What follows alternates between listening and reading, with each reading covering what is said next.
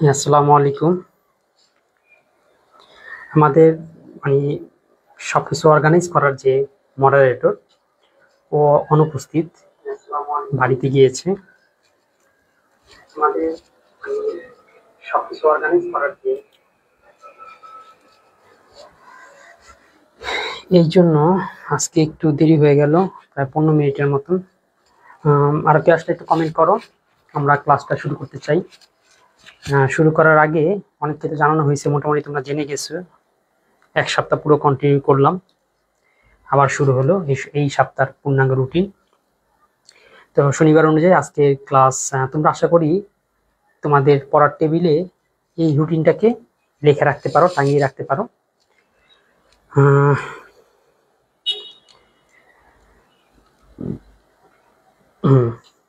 আর কারো কমেন্ট দেখতেছি না আজকে। আচ্ছা, এখানে পুতুল ওয়াজিহা চলে আসছে। ওয়ালাইকুম আসসালাম। পুতুল, কি জানো কিনা, বলছি কিনা, বা তোমাকে মনে হয় কিছু বলছি, পুরোপুরি জানো কিনা? তোমাদের জন্য বাংলা প্রথম পত্র দ্বিতীয় পত্রের পূর্ণাঙ্গ একটি ফ্রি লাইভ ক্লাস নিয়ে আসা হয়েছে। তো শনি রবি হচ্ছে বাংলা ফার্স্ট পেপার, সোম মঙ্গল হচ্ছে বাংলা দ্বিতীয় পত্র, রাত 8:30টায়। সাদিয়া, তানহা, সিমরান, আচ্ছা সিমরান চলে আসছে। আচ্ছা, ওকে, দেখো আজকে ক্লাসটা আমি নিব, কন্টিনিউ শেষ করাবো, কিন্তু যদি প্রাণবন্ত না হয় তাহলে কি বলা যায়, খুব মাইন্ড করো না, কারণ আমার আসলে মাথাটা প্রচুর ব্যথা করতেছে এতক্ষণ। সেই এটা বৃহস্পতিবার রাত থেকে পুরো রাত, শুক্রবার সকালবেলা ঘুমাইছি এই 8টার পরে, তারপর জুমার আগে ওইটা জুমা নামাজ পড়ছি, তারপর আবার কাজ করেছি। পুরো শুক্রবার গিয়েছে, শুক্রবার রাতেও কাজ করেছি, তবে শুক্রবার পুরোপুরি রাত না, রাত 2টা পর্যন্ত বা এরকম 2টা-2টা পর্যন্ত করা। তারপরে ঘুম, সকালবেলা উঠে এই তো 9টা-10টার পরে থেকে 11টা-12টা পর্যন্ত একটু করেছি, তারপর আর করতে পারিনি। এরপরে বিকাল সেই 3:30টা থেকে একেবারে এই যে তোমাদের লাইভ শুরু রাখ পর্যন্ত, এর মাঝখানে মনে হয় না 10 মিনিটের জন্য উঠা হয়েছে।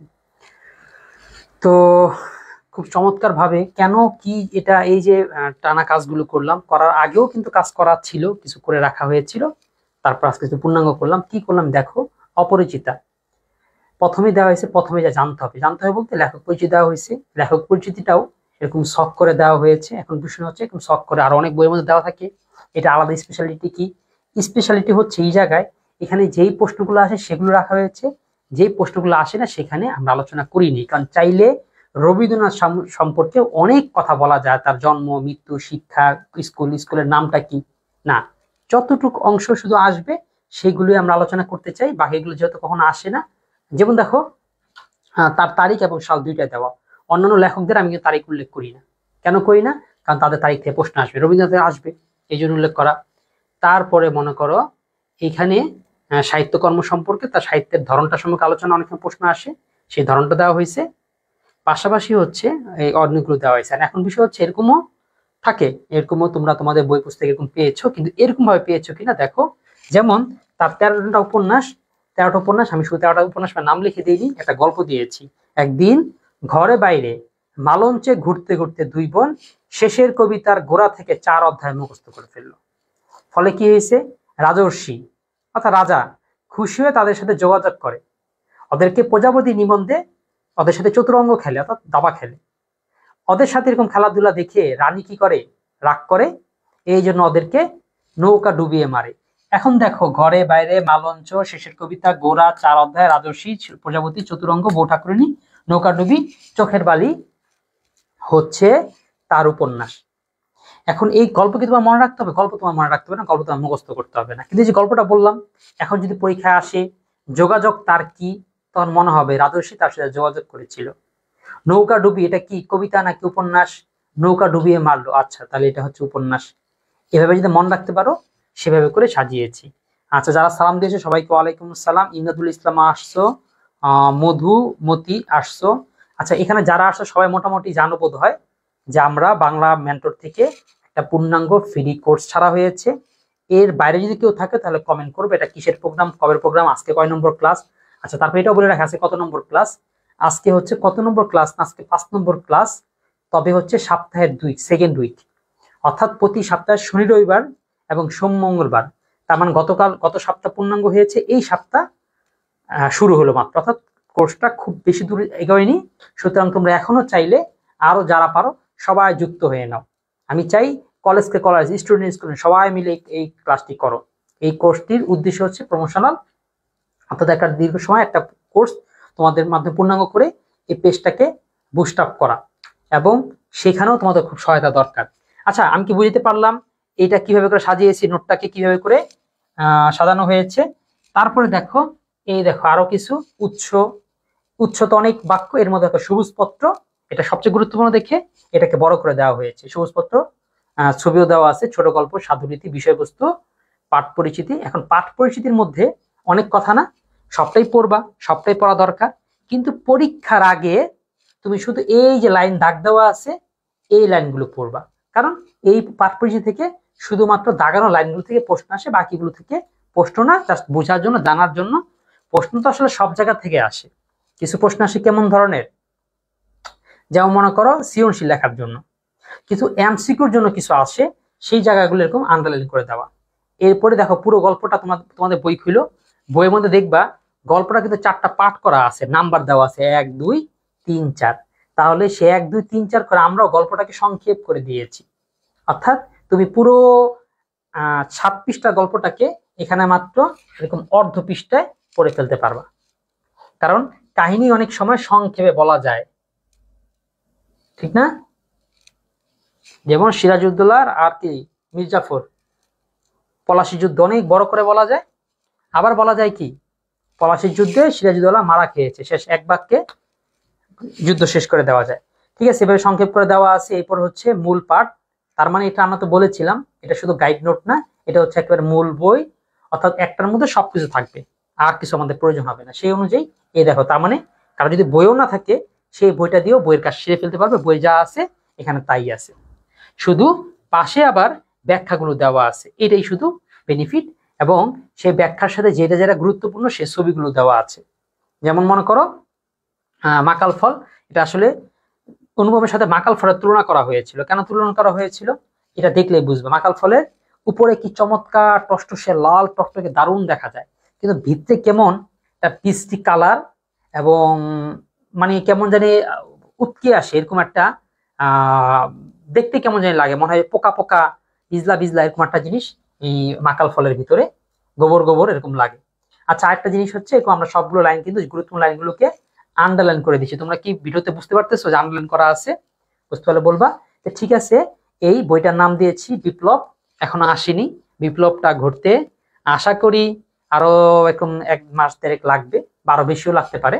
অর্থাৎ কারণ একটা চ্যাপ্টার কমপ্লিট করতেই তোমাদের একটা ক্লাস পুরোপুরি লাগতে হবে, ওই ক্লাসে আসার আগেই ওটাকে আমার কমপ্লিট করতে হচ্ছে।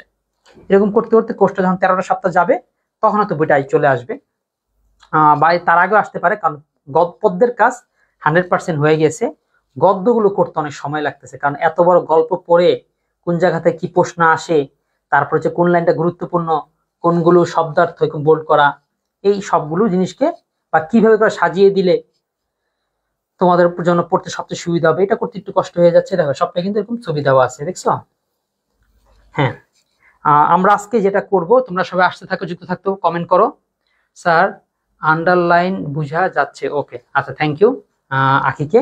আচ্ছা ঠিক আছে, আমরা কিন্তু এই গল্পটা পড়াবো না, কারণ এটা তোমরা জানো, এটা পারো। আমরা যেটা করব আজকে এমসিকিউ আর জ্ঞানমূলক সমাধান করব, করে এই মানে অপরিচিতার মধ্যে যত রকম জটিলতা আছে সব জটিলতাগুলো কাটিয়ে উঠবো।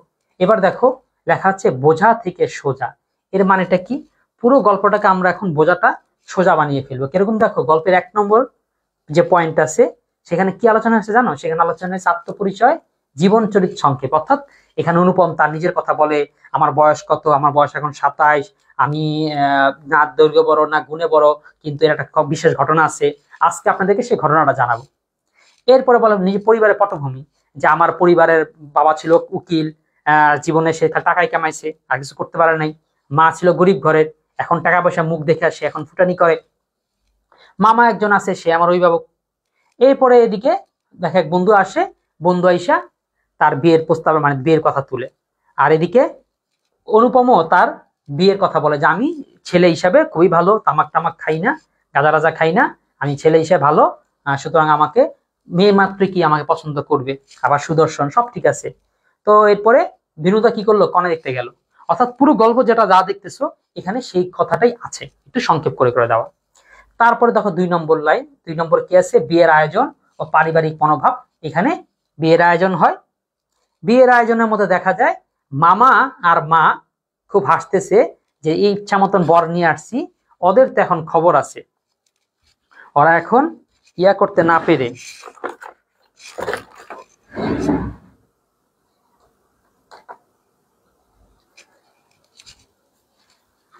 হ্যাঁ বরযাত্রী এতগুলো নিয়ে আসছি, যখন খাওয়াইতে পেরে ওরা কি হয়ে যাবে, ওদের ওদের ভালোই ধকল যাবে।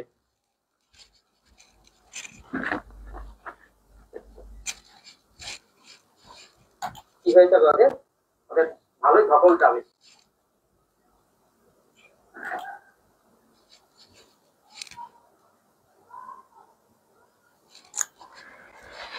ঠিক আছে, দেখো তারপরে কি, হ্যাঁ এরপরে হচ্ছে দেনাপাওনা এবং দেনাপাওনা বাতিক পরীক্ষা, গহনা পরীক্ষা।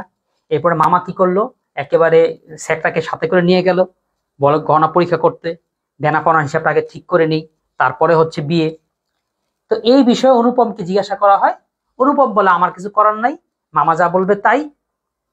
এরপর হচ্ছে আমি অসহায়।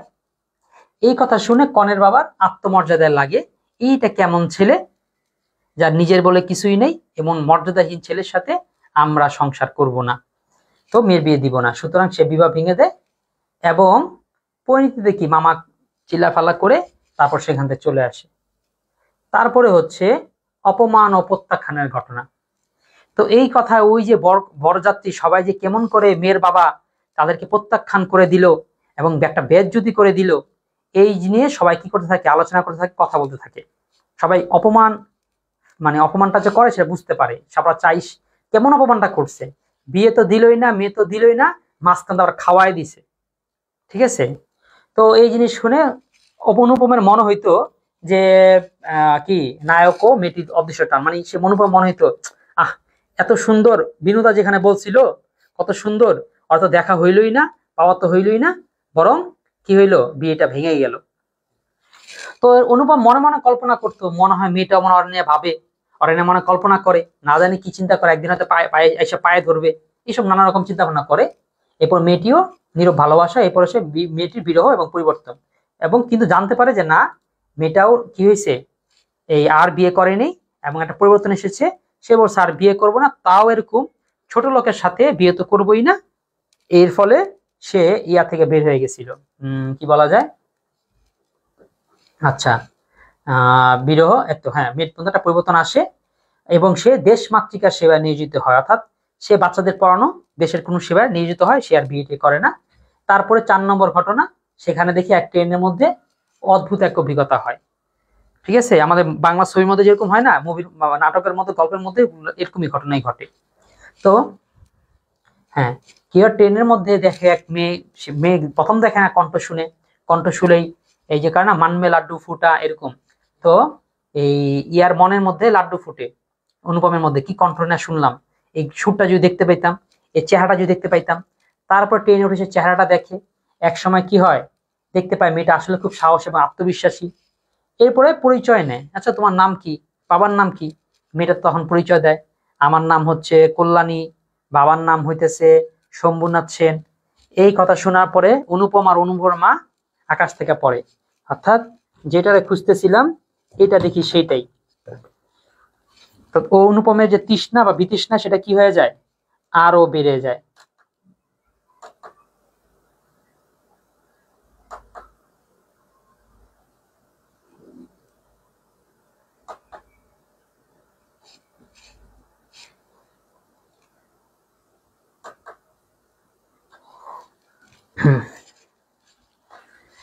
ঠিক আছে, তারপরে যেটা কি সকালের দেখাবো ওকে পরিচয়।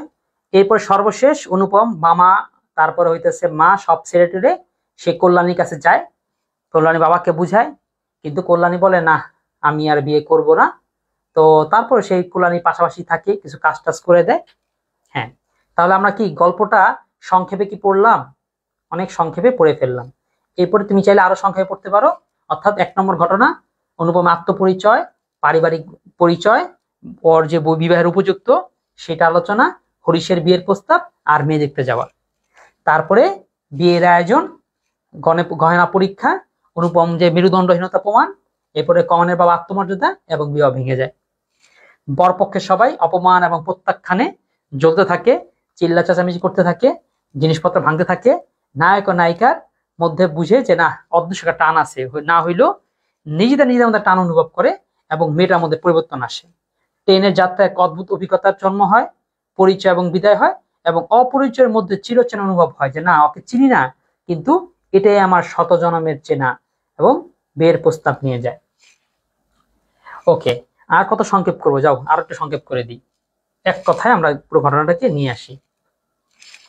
সেটা হচ্ছে কি, অনুপমের পরিচয়, হরিশের বিয়ের প্রস্তাব, বিনোদা কণা দেখতে গেল, কল্যাণীকে দেখতে গেল। তারপর হচ্ছে এই অনুপম যেটা মেরুদণ্ডহীন, ও যে মামার কথা ছাড়া যে চলতে পারে না, তা প্রমাণ হইলো। শম্ভুনাথের দৃঢ়তা এবং প্রত্যাখ্যান, শম্ভুনাথ কি হলো, প্রত্যাখ্যান করে দিল। বরযাত্রীদের অপমান ও আফসোস, কল্যাণীর দেশ সেবায় ব্রত, কল্যাণী নিজেকে দেশের সেবায় নিজেকে নিয়োজিত করে, এবং সর্বশেষে ট্রেন যাত্রায় অদ্ভুত অভিজ্ঞতা এবং বিদায়। এই আরেকটা জিনিস মনে রাখো, এই যে যেটা দেখতেছো, অর্থাৎ বিয়ের যে প্রত্যাখ্যানের যে ঘটনাটা, এটাই হইতেছে শম্ভুনাথ সেনের কন্যা সম্প্রদানে অসম্মতি গল্পটির শীর্ষ মুহূর্ত। তোমরা গল্পের মধ্যে ক্লাইম্যাক্স দেখো কিংবা ইন্টারভেল দেখো মুভির মধ্যে, অর্থাৎ এই মুভি বা এই গল্পের সর্বশ্রেষ্ঠ জায়গা কোনটা, এটা একটা গুরুত্বপূর্ণ প্রশ্ন। কিন্তু তোমরা কি মনে করো বলো, ওই ট্রেনের মধ্যে যখন জানতে পারে যে এটাই হচ্ছে কি বলে সেই কল্যাণী, সেই মুহূর্তটা না, সেই মুহূর্তটা না। এই গল্পের আসল ক্লাইম্যাক্সটা হচ্ছে যে শম্ভুনাথ সেন কিভাবে করে কি করলো, এই বিয়েটাকে ক্যান্সেল করে দিল। আচ্ছা, এটা কথা হচ্ছে হ্যাঁ অনুপম বলদ ছিল। আচ্ছা হ্যাঁ, তারপরে এখন বিষয় হচ্ছে এটা কিভাবে শীর্ষ মুহূর্ত হয়। আসলে গল্পের মূল শিক্ষাটা এই জায়গাটাতেই, যে একটা পিতার পক্ষে তার মেয়ের সংসার ভেঙে দেওয়াটা এত সোজা কাজ না। কতটা দৃঢ়চেতা, কতটা মানুষ চিন্তা করবে, ঠিক আছে কিছু টাকা পয়সা দিয়ে হইলো কি করি, এই আপদ বিদায় করি, কিংবা মেয়েকে বিয়ে দিয়েই দিই, কি আর হবে। কিন্তু শম্ভুনাথ এমন চিন্তা করেনি। সেই জন্য হ্যাঁ আমার মেয়ের অনেক বড় হয়তো ক্ষতি হয়ে যাবে, এই ক্ষতি স্বীকার করেও কি করব, আমি এই যৌতুকের সাথে আপোষ করব না, কিংবা এই যে মেয়েকে যে বিক্রি করে দেওয়া, এই বিষয়গুলোর সাথে আমি আপোষ করব না। তো এই যে দৃঢ়চেতাটাই, এটাই হচ্ছে সবচেয়ে বড় ক্লাইম্যাক্স। এই জিনিসটা পারাটা এখনের পক্ষে, এই সময়ের আলোকে এই জিনিসটা আসলেই ঘটনা সম্ভব। অনেক মেয়ের পক্ষেও সম্ভব, অনেক ছেলের পক্ষেও সম্ভব, কারণ এখন সিচুয়েশন অনুযায়ী। কারণ এই গল্প টল্প পড়তে হতে আমরা অনেক অভিজ্ঞ হয়েছি। কিন্তু এটা আজ থেকে এই ধরো 70-80 বছর আগে, সেই সময়ের প্রেক্ষাপটে বিশেষ করে হিন্দু সমাজে এটা সম্ভবই ছিল না। কারণ বিয়ে তো পরের কথা, একটা মেয়ে বিয়ে হইতে নিয়ে সময় মতো হয়নি, সেই মেয়ের তো আর কোনো জায়গায় বিয়ে হবে না। সেই মেয়ে তো জীবন নষ্ট, বলে কি লগ্ন ভ্রষ্টা, অর্থাৎ ওর লগ্ন নষ্ট হয়ে গেছিল। যে সময় বিয়ে করতে চেয়েছিল সেই সময় বিয়ে না হওয়া মানে কি ওর কপাল খারাপ, এই জন্য কি ওই সময় বিয়ে হয়নি, ও হচ্ছে অলক্ষী। তার মানে বুঝতে পারছো যে ওইটাই তো সম্ভব ছিল না, আর এইটা কিভাবে হইতো। অর্থাৎ শম্ভুনাথ সেন কত বড় দৃঢ় মানসিকতার পরিচয় দিয়েছিল এই গল্পে, এটাই হচ্ছে ক্লাইম্যাক্স মুহূর্ত। এবার চরিত্র বিশ্লেষণ বলি। চরিত্রের মধ্যে প্রধান চরিত্র আসলে 4টাই। আসলে প্রধান চরিত্র আর সাইড চরিত্র বলতে আসলে কি বোঝায়, একটা গল্পের মধ্যে লেখক কোনো মেসেজ না আমাদেরকে দিতে চায়, এই মেসেজটা যার মাধ্যমে প্রকাশিত হয় সেটাই হচ্ছে মূল চরিত্র।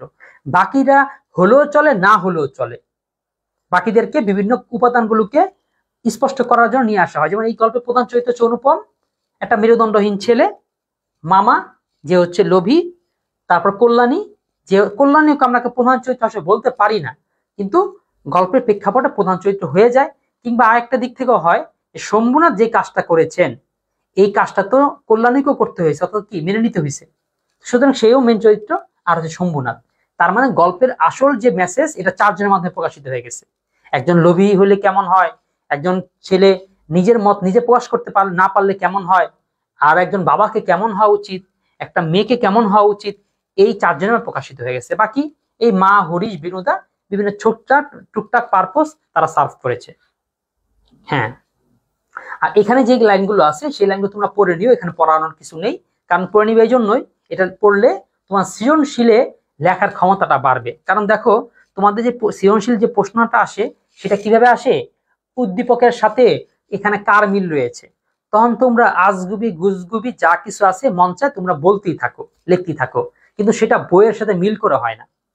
এই জন্য অনুপম সম্পর্কে বইয়ের মধ্যে যে লাইনগুলো আছে আমি সেই লাইনগুলো উল্লেখ করে দিয়েছি, যাতে তুমি অনুপমের এক্সাক্ট ক্যারেক্টারটা বিশ্লেষণ করার ক্ষেত্রে বইটাকে ব্যবহার করতে পারো। তাহলে সৃজনশীল নাম্বারটা ক্যারি হবে এবং টিচার বুঝবে না আসলে ও পড়াশোনা করা জানা শোনার পরে এসেছে। অনুপমের মতো ছেলে হলে নিজে মেরে ফেলতাম। আচ্ছা ভালো হয়েছে। তারপর হচ্ছে কল্যাণীর দেখবা, আমরা কিন্তু কল্যাণীর ছবি পেয়েছি, যাক কল্যাণীকে দেখবো।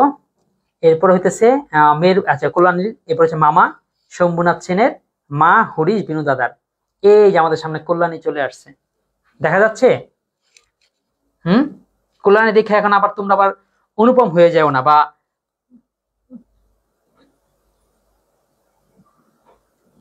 আচ্ছা তোমাদের বয়স 18 হয়েছে, স্যার কিভাবে সৃজনশীল ভালো লিখবো সেটার জন্য একটা ভালো ভিডিও দিয়েন। ঠিক আছে, ভালো বলছো, একটা খুব ভাবে দেওয়া যায় না, আমি একটু তোমাদের খাতা দেখায় দেখায় বলছিলাম, মুখ দিয়ে তো অনেক বলছি, তারপর যেটা করছি খাতা দেখায় দেখায় আলোচনা করেছি, এটাই সবচেয়ে ভালো হয়েছিল। সেই ভিডিওটা পারলে যদি পারো দেখে নিও। নিবেদনের পিডিএফটা দিলে ভালো হতো। তো আবিদ রহমান, আচ্ছা পিডিএফ গুলো এটা আমাদের ওয়েবসাইটে দিয়ে দিতেছি, দেখো পিডিএফটা, এই যে এই গেলাম, এই আমাদের ওয়েবসাইটে গেলাম,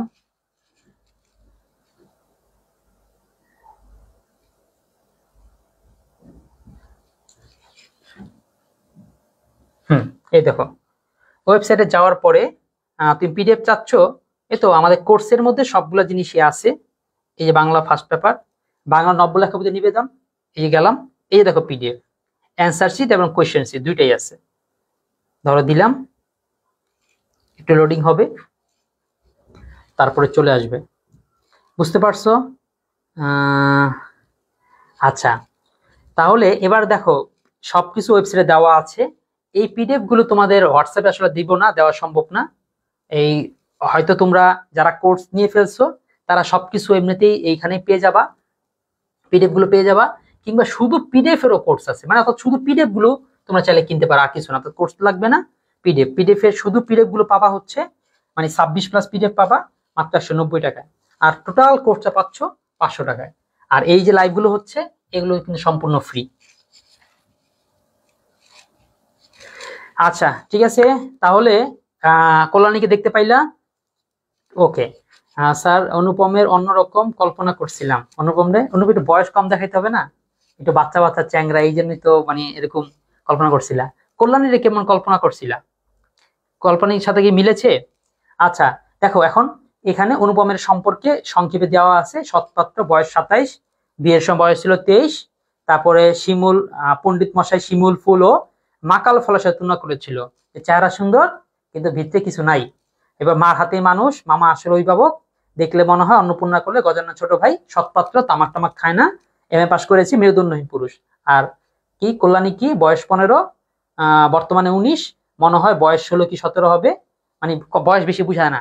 দেখো তো এই ছবিটা একদম পারফেক্ট সেটাই হয়েছে না?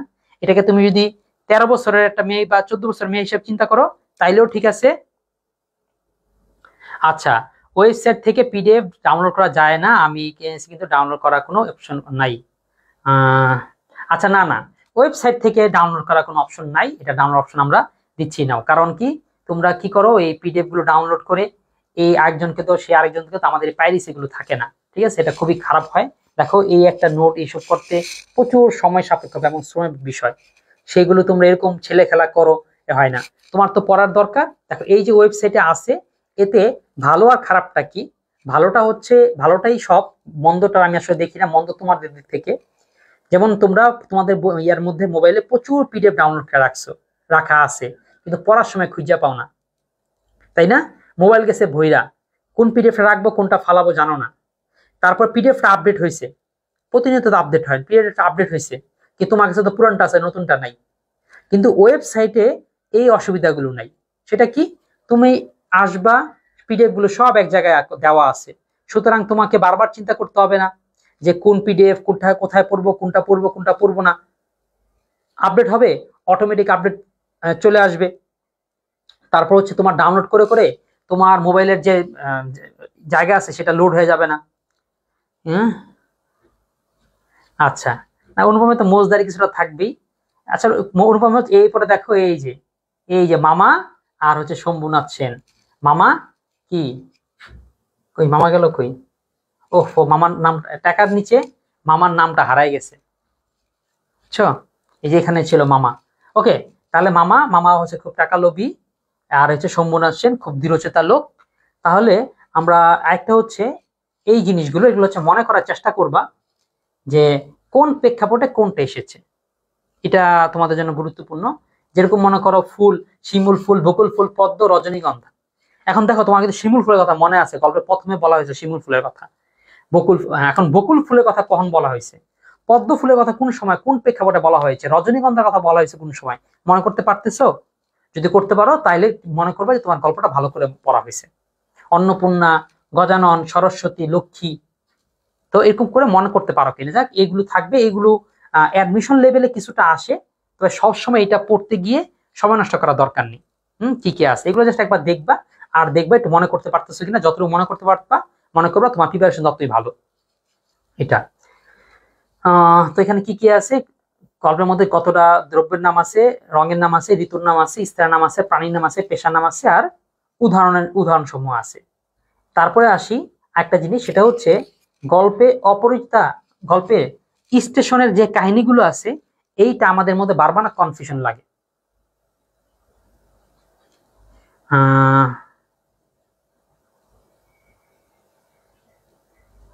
আচ্ছা, একটা বললো স্যার পিডিএফ এর অ্যাক্সেস কি? হ্যাঁ, পিডিএফ এর অ্যাক্সেস তো ফাইনাল পরীক্ষা আগ পর্যন্ত থাকবে। ফাইনালও না, এটা 26 জন দিব। এখন তো 26 আর 27টা দুজনই আসতেছে, এটা একদম 27 সাল পর্যন্ত থাকবে। কারণ একবারে দিয়ে দিব, 25-এ যারা আছে 25-এর কাজে, 26-এ যারা 26-এর কাজে লাগবে, 26-এ হলো 27-এ যারা 27-এর কাজে লাগে। পিডিএফ গুলো তো দুজনের জন্য। ওকে, আর কোর্সের অ্যাক্সেসও কিন্তু তোমাদের 26-এর শেষ পর্যন্তই, কিন্তু শুধুমাত্র এখন দিচ্ছি ডিসেম্বরের 31 তারিখ পর্যন্ত, ওই যারা নিয়মিত করবে আর করবে এই জিনিসটা বাছাই করার জন্য। ঠিক আছে, স্টেশনের কাহিনীগুলো station 1, station 2, station 3, station 4, station 5 করে পয়েন্ট করে দেওয়া হয়েছে। কারণ স্টেশনে যে কোন স্টেশন উঠলো, নামলো, কি কথা হইলো না হইলো, এটা পড়লে তোমার কাছে পুরোটা চিত্র মতো মনে হবে। ঠিক আছে, এটা খুব ভালো হয়েছে। তারপর হচ্ছে সাহিত্য খুঁজি ব্যাকরণ, পরীক্ষায় খুব কমন। এর মানে হচ্ছে তোমার বাংলা ফার্স্ট পেপার মধ্যে সেকেন্ড পেপারে দিয়ে দেওয়া হয়েছে।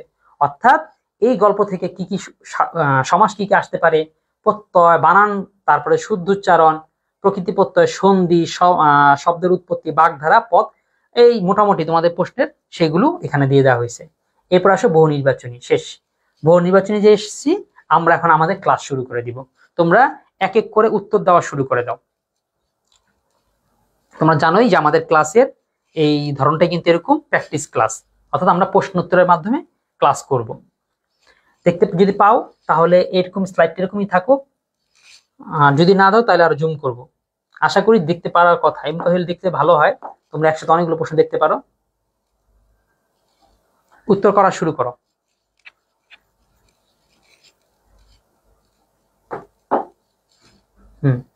বহু নির্বাচনী দেখছো, আর এটা কিন্তু পয়েন্ট পয়েন্ট করে দেওয়া আছে। আচ্ছা, এখানে দেখো উত্তর নাই, উত্তরওয়ালাটাও কিন্তু আছে।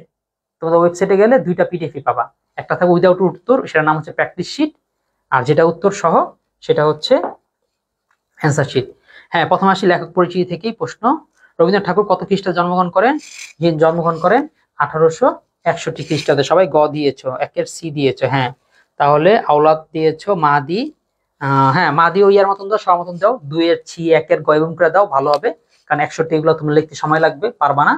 রবীন্দ্রনাথের মৃত্যু কত সালে হয়? মৃত্যু দিয়েছো 2, 2-এর দিয়েছো গ, হ্যাঁ 41-এ। তার 61 থেকে 41, বেচারা 80 বছর কি করেছিল? আমাদেরকে সম্ভ্রান্ত বা সম্ভ্রান্ত করেছিল।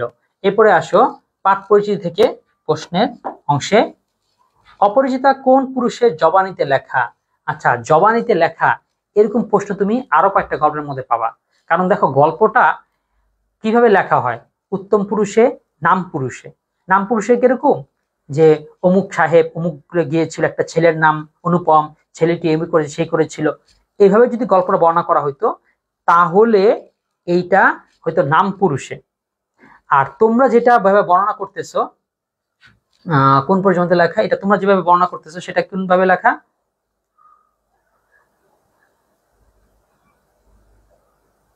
আচ্ছা, তোমাদের গল্পের মধ্যে দেখো না অনুপম কেমন যেন মনে হয় না অনুপম নিজের গল্পটা নিজে বলতেছে। অনেকে তো বইলেই ফালায় এই কাহিনী রবীন্দ্রনাথ ঠাকুরের নিজের, তার নিজের বিয়ে ভেঙে গেছিল, এটা অনেকে মনে করে। তার মানে দেখো কতটা প্রভাব ফেলে যে তোমরা গল্প লিখছে রবীন্দ্রনাথ, বাপস অনুপমটা মনে হয় নিজের রবীন্দ্রনাথ নিজে, এরকমটা নয়। এরপর আসে শব্দার্থ। দক্ষ যজ্ঞ অর্থ কি? দক্ষ যজ্ঞ, যজ্ঞ মানে হচ্ছে তো পূজা। ওই দক্ষ যজ্ঞের মানে হিন্দুদের একটা বিশাল একটা কাহিনী আছে, সেটা সেই জায়গায় খুব পরিমাণে মারামারি হয়। 3-এর এ দিয়েছো, হ্যাঁ উত্তম পুরুষে, ওকে হ্যাঁ উত্তম পুরুষে বর্ণিত হয়, অর্থাৎ ফার্স্ট পার্সনে। 4-এর 1 দিয়েছো যজ্ঞানুষ্ঠান না, হট্টগোল, হট্টগোল যজ্ঞ বলতে হট্টগোল হিন্দুদের এই ইয়াতে। আচ্ছা আমি এটা তোমাদের দেখাই শব্দার্থের মধ্যে।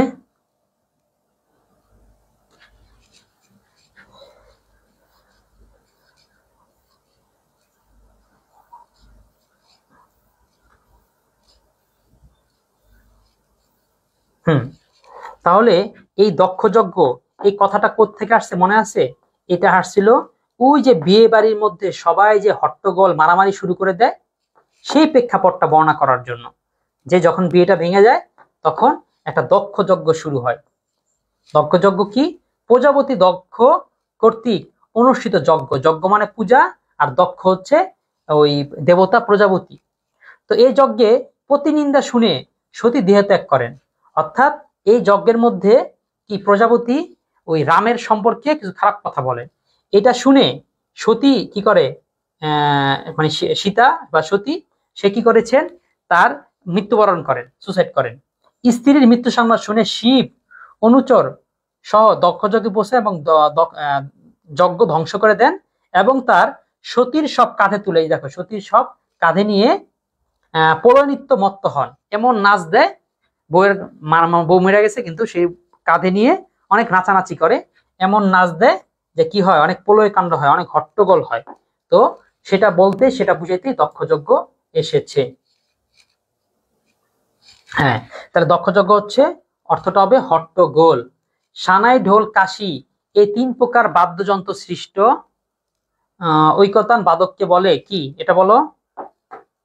এটা 5-এর উত্তর, 5-এর উত্তর দিতে পারবা? এটা পালার কথা, এটা খুব সহজ উত্তরই ছিল। 4-15 দিয়েছো, 5-15 কেউ যাও নাই। এটা হচ্ছে রওশন চৌকি, রসন চৌকি, এটা জাস্ট নাম, কিছু না এমন। অর্থাৎ 3টাকে একসাথে মিলে এটা বলে, যদিও সানাই ঢোল কাশি 3টা আলাদা আলাদা জিনিস। কাশি কি চিনো কিনা? এই যে এই হচ্ছে 3টা রসন চৌকি, অর্থাৎ এই 3টা জিনিস মিলে নাম হচ্ছে রসন চৌকি। কিন্তু সিঙ্গেল নাম হচ্ছে ঢোল, এটা হচ্ছে সানাই মানে বাঁশির মতন, আর এটা হচ্ছে কাশি, এরকম করে ঠুমঠুম করে বাজায়, ঠিক আছে, এরকম ধীরে ধীরে একসাথে বাড়িতে বাজায়। সানাই ঢোল কাশি এই 3 প্রকার বাদ্যযন্ত্র ঐক্য সৃষ্ট ঐকতান বাদককে বলে, যে বাজায় তাকে রসন চৌকি বলে। অপরিচিতা গল্পে মাতৃআজ্ঞা বলতে কি বুঝিয়েছেন? অপরিচিতা গল্পে মাতৃআজ্ঞা বলতে কি বুঝিয়েছেন? মাতৃআজ্ঞা বলতে বুঝিয়েছেন মায়ের আদেশ। গজাননের সঠিক ব্যাসবাক্য কোনটা হবে? দেখছো ব্যাকরণ থেকে কিন্তু প্রশ্ন আসলো। তোমাদের একটু আগে যে দেখিয়েছি যে সাহিত্যে খুঁজি ব্যাকরণ পরীক্ষায় খুব কমন, এটা যে দেওয়ার এমনি কোনো কারণ নেই, কারণ কিন্তু এটাতেও আছে। তবে তোমরা এইচএসসি পর্যায়ে ওখানে বিষয়টা প্রেশার দিও না, বেশি এটা মনোযোগ দিও না, কারণ ওটা অ্যাডমিশন লেভেলে বেশি আসে। তোমাদের এইচএসসি আসলে খুবই টুকটাক। হ্যাঁ দেখো, তাহলে গজাননের সঠিক ব্যাসবাক্য কি? 7-এর উত্তর। 7-এর দিয়েছো না? আমার আগে থাকো, আগে উত্তরটা করো। গজাননের সঠিক উত্তর হচ্ছে গজ আনন যার। হ্যাঁ, গজ আনন যার, এটা হচ্ছে বহুব্রীহি সমাস, এই জন্য লাস্টে যার হবে, বহুব্রীহি সমাস। জরিমা শব্দের অর্থ কি? জরিমা শব্দের অর্থ হচ্ছে আড়ষ্টতা বা জড়ত্ব। এরপর আসো মূল পাঠ। অপরিচিতা গল্পে অনুপমের আসল অভিভাবক কে? অপরিচিতা গল্পের অনুপমের আসল অভিভাবক কে? 9 উত্তর একটু চালু দাও। মুস্তাইন আসছো, আওলাদ দিতেছো, আখি দিচ্ছ, আর মাহাদি দিচ্ছ। বাকিরা আর কই? বাকিরা দিচ্ছে না, কারণ কি? এই সপ্তাহের মধ্যে তোমাদের অন্তত 30-40 জন হয়ে যাওয়া কিন্তু উচিত। তোমাদের এমনি কোর্সে ইনক্লুড হয়েছ প্রায় কতজন? এই তো 15-16 জনের মতন। তো জেনেছো হয়তো, আরো অনেকে জানছো। গ্রুপে আসি, তোমরা হোয়াটসঅ্যাপ গ্রুপে মেম্বার অ্যাড করো, তাহলে কি হোয়াটসঅ্যাপ গ্রুপের মধ্যে শেয়ার দিলেই সবাই একসাথে ক্লাসটা পেয়ে যাবে। স্যার আমি জিম নেত্রকোনা থেকে। ওকে, শামুল হক। জিমটা চিনলাম না, অন্য কোনো নামে হয়তো চিনি, তোমার বই আছে। আচ্ছা, 10-এর ক অপরিচিতা গল্পে কল্যাণীর বিয়ে না করার সিদ্ধান্তের কারণ কি? কারণ হচ্ছে আত্মমর্যাদা। হ্যাঁ, 10-এর 4 দিয়েছ। 10-এর ক দিলা পিতৃ আদেশ। ও আচ্ছা, সরি, হ্যাঁ ঠিক তো, পিতৃত্ব আসো, তার পিতার আদেশ। আদেশও না, তার পিতা কি করেছে? জাস্ট রিকোয়েস্ট করেছে, এটা আদেশ বললেও হয়। আচ্ছা ঠিক আছে, এটাও চলবে, পিতৃ আদেশ। তারপরে স্যার 6 নম্বর এখনো বুঝতে পারলাম না, মায়ের আদেশ। স্যার কমেন্ট আবার একটু দেখতে হবে।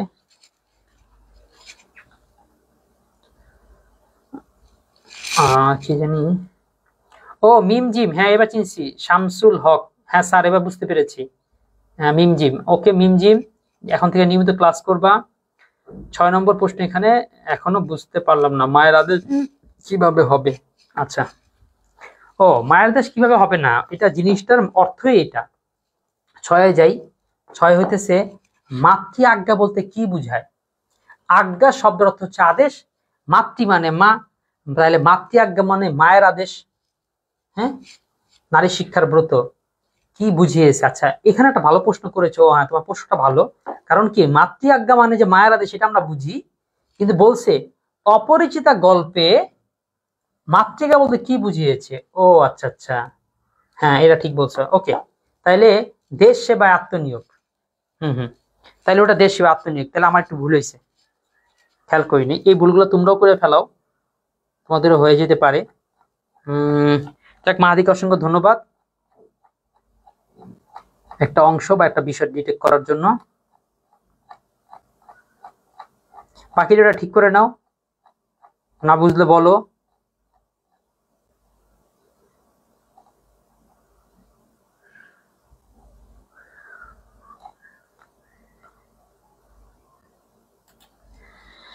হ্যাঁ, তারপরে আসি 11 তো গেল। অপরিচিত গল্পে শম্ভুনাথ সেনের পেশা কি ছিল? 11 ছিল শম্ভুনাথ সেনের পেশা ছিল হচ্ছে, শম্ভুনাথ সেনের পেশা ছিল চিকিৎসা। আর গল্পের মধ্যে কারো পেশায় ব্যবসা ছিল না। শিক্ষকতা বলতে গেলে কল্যাণীর ছিল। ওকালিত ছিল 2 জনের, এটা মনে রাখো। ওকালি কিন্তু 2 জন ছিল, একজন না। একটা হইতেছে এই কি বলে অনুপমের বাপ, আরেকটা হচ্ছে শম্ভুনাথ সেনের বন্ধু, যে বিয়েতে অভ্যর্থনা করেছিল, ডেকে এনেছিল। এই দুইটা। ঠাট্টার সম্পর্কটিকে স্থায়ী করিবার ইচ্ছা আমার নাই, উক্তিটিকার। উক্তিটি হচ্ছে ঠাট্টার সম্পর্কটিকে স্থায়ী করে ইচ্ছা আমার নাই, উক্তিটি হচ্ছে অনুপমের শম্ভুনাথ বাবুর। হ্যাঁ, ইচ্ছা আমার নাই। হ্যাঁ, এইটা হচ্ছে শম্ভুনাথ বাবুর।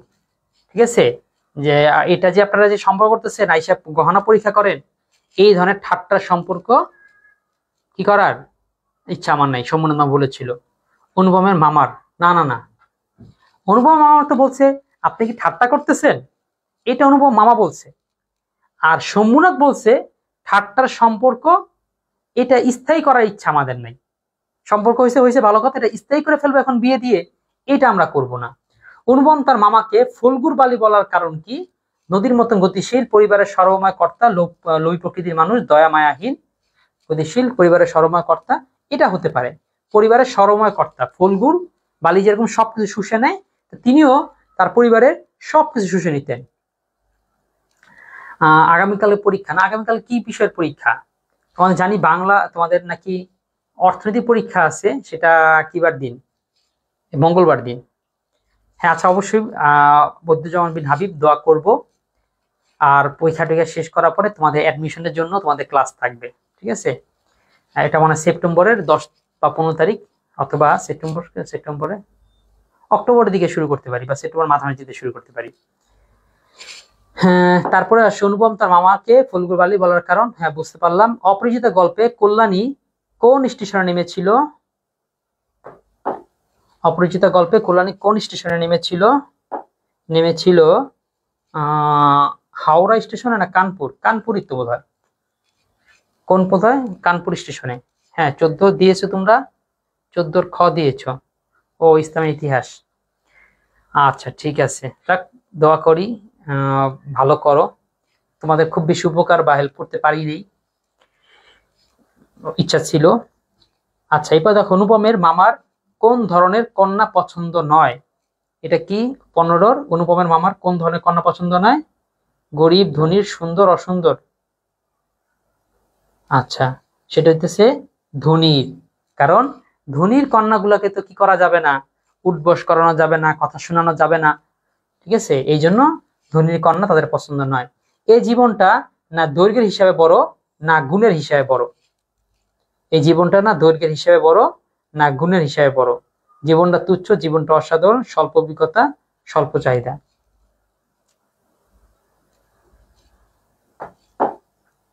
তাহলে এই জীবনটা না দৈর্ঘ্যের হিসাবে বড় না গুণের হিসাবে বড়?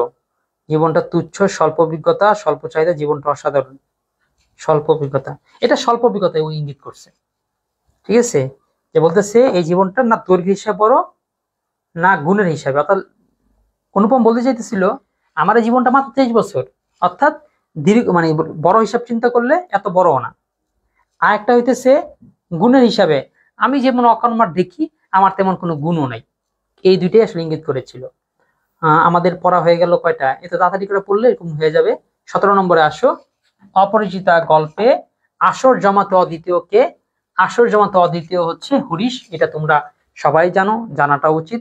16 ক হবে না, দেখি আমরা 16 ক হওয়া তো যদি হয়ে থাকে 16, এই জীবনটা না জীবনটা হিসাবে বড় না জীবন সে তো তুচ্ছ, জীবনটা তুচ্ছ, জীবন এই জীবনটা না জীবনটা অসাধারণ, স্বল্প অভিজ্ঞতা। আচ্ছা এটাই হয়। আসলে এটা পুরোপুরি হয় না, জীবনটা তুচ্ছ এই কথাটা পুরোপুরি হয় না। যদি ইয়ার কথা বলতো, অনুপমের কথা বলতো, অনুপমের নিজের চিন্তা থেকে কি বলছে? হুম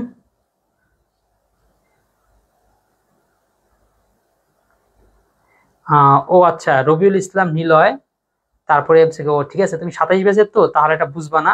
27 ব্যাচের হইলে তোমাকে পূর্ণাঙ্গ কোর্সে যুক্ত হইতে হবে। এই বেসিক ক্লাসগুলো মোট 6টা টপিকের 6টা বেসিক ক্লাস, সেটা হচ্ছে আমাদের কোর্সের মধ্যে। সেটা অবশ্য এটাও মানে প্রথম যে অধ্যায়টা, সেই অধ্যায়টা ফ্রি থাকবে। আচ্ছা ঠিক আছে, ওইটা আপলোড করা শুরু করব, কিন্তু এটা প্রথম অধ্যায়টা পূর্ণাঙ্গই পাবা। বাকি অধ্যায়গুলো কিন্তু এই সময় এক মাসে খুঁজো না, যে স্যার বাকি অধ্যায়গুলো কই, যে ইয়া দিতেছেন কি বলে এই ক্লাস দিলেন, এমসিকিউ সিকিউ সমাধান করালেন, ক্লাসগুলো কই? ওই ক্লাসগুলো ইউটিউবে থাকবে, ইউটিউবে যখন আপলোড দেওয়া হবে সেই সময় কিছুক্ষণ সময় দেখতে পারবা। কিছুক্ষণ পরেই কিন্তু সাধারণত এটা প্রতি বুধবার সকাল 8টার মধ্যে আপলোড হবে, হয়তো ঘন্টা খানিক থাকবে, ওই সময় দেখে নিতে পারো দেখে নিতে পারো, নাহলে সেটা কিন্তু আনলিস্টেড করে আমাদের আবার ওয়েবসাইটে চলে যাবে, ঠিক আছে। অর্থাৎ পূর্ণাঙ্গ যা কিছু সেটা ওয়েবসাইটে পাবা, শুধু লাইভ ক্লাস ফ্রি যেটা সেটা আমাদের শুধু প্র্যাকটিস ক্লাস হবে। আচ্ছা তারপরে আসো, এই জীবনটা না দৈর্ঘ্য হিসাবে বড় না গুণের হিসাবে? জীবনটা তুচ্ছ। এরপরে জীবনটা তুচ্ছ, জীবনটা অসাধারণ, হ্যাঁ জীবনটা তুচ্ছ এটাই হয়। ওকে যাক নিলয়, তোমাদের এসএসসি পরীক্ষার সময় তোমরা কি বলা যায় অনেক ক্লাস চেয়েছিলে, আমি আসলে দিতে পারি না, বুঝো তো, ঘুরে ফিরে একটাই মানুষ, এতগুলো ক্লাস নেওয়াটা সম্ভব হয় না। হ্যাঁ ইয়ারটাই ঠিক আছে, ওই আখিরটাই জীবনটা তুচ্ছ। অপরিচিতা গল্পে আসর জমাতে অদ্বিতীয় কে? হরিশ। অনুপমের বাবার প্রথম অবকাশ ছিল কোনটি? কথাটি দ্বারা কি বোঝানো হয়েছে? অনুপমের বাবার প্রথম অবকাশ ছিল কোনটি কথাটা দ্বারা বোঝানো হয়েছে? চাকরি থেকে অবসর, মৃত্যু, এই যে মৃত্যু। অর্থাৎ বুঝাইলো বেটায় খালি জীবনে খালি টাকা টাকা কামাইছে, আর কোনো সুযোগ পায় না, অবসর পায় নাই, তো মরার পরে সে এখন একটু অবসর পাইছে। অপরিচিতা গল্পে উল্লেখিত ফল্গু নদীর বৈশিষ্ট্যটা কি? অন্তঃসলীলা, জোয়ার ভাটাহীন, দ্বীপ বেষ্টিত খরস্রোতা। 19-এর উত্তর কেউ পেরেছো? 19-এর 1 দিয়েছো মোস্তাইন, উত্তর সঠিক হয়েছে। অন্তঃসলিলা এর মানে কি? সলিল মানে হচ্ছে পানি, অন্ত হচ্ছে ভিতরে, অর্থাৎ ফুল্গু নদীতে এমন উপর দিয়ে কিছু বোঝা যায় না, তল দিয়ে অনেক পানি। যা যাতায়াত করে উপর দিয়ে কচিমানা সব মতো ঠিক মতো থাকে, যা যাতায়াত করে সেটা হচ্ছে তল দিয়ে, নিচ দিয়ে। অপরিচিতা গল্পে সরস রসনার গুণ আছে কার? সরস রচনার গুণ আছে হচ্ছে হরিশের। সরস রচনা মানে কি? রসনা, সরস রসনা, রসনা মানে হচ্ছে জিহ্বা। স্যার আসসালামু আলাইকুম। দেখতে দেখতে স্যার কিভাবে 1 ইয়ার হয়ে গেছে?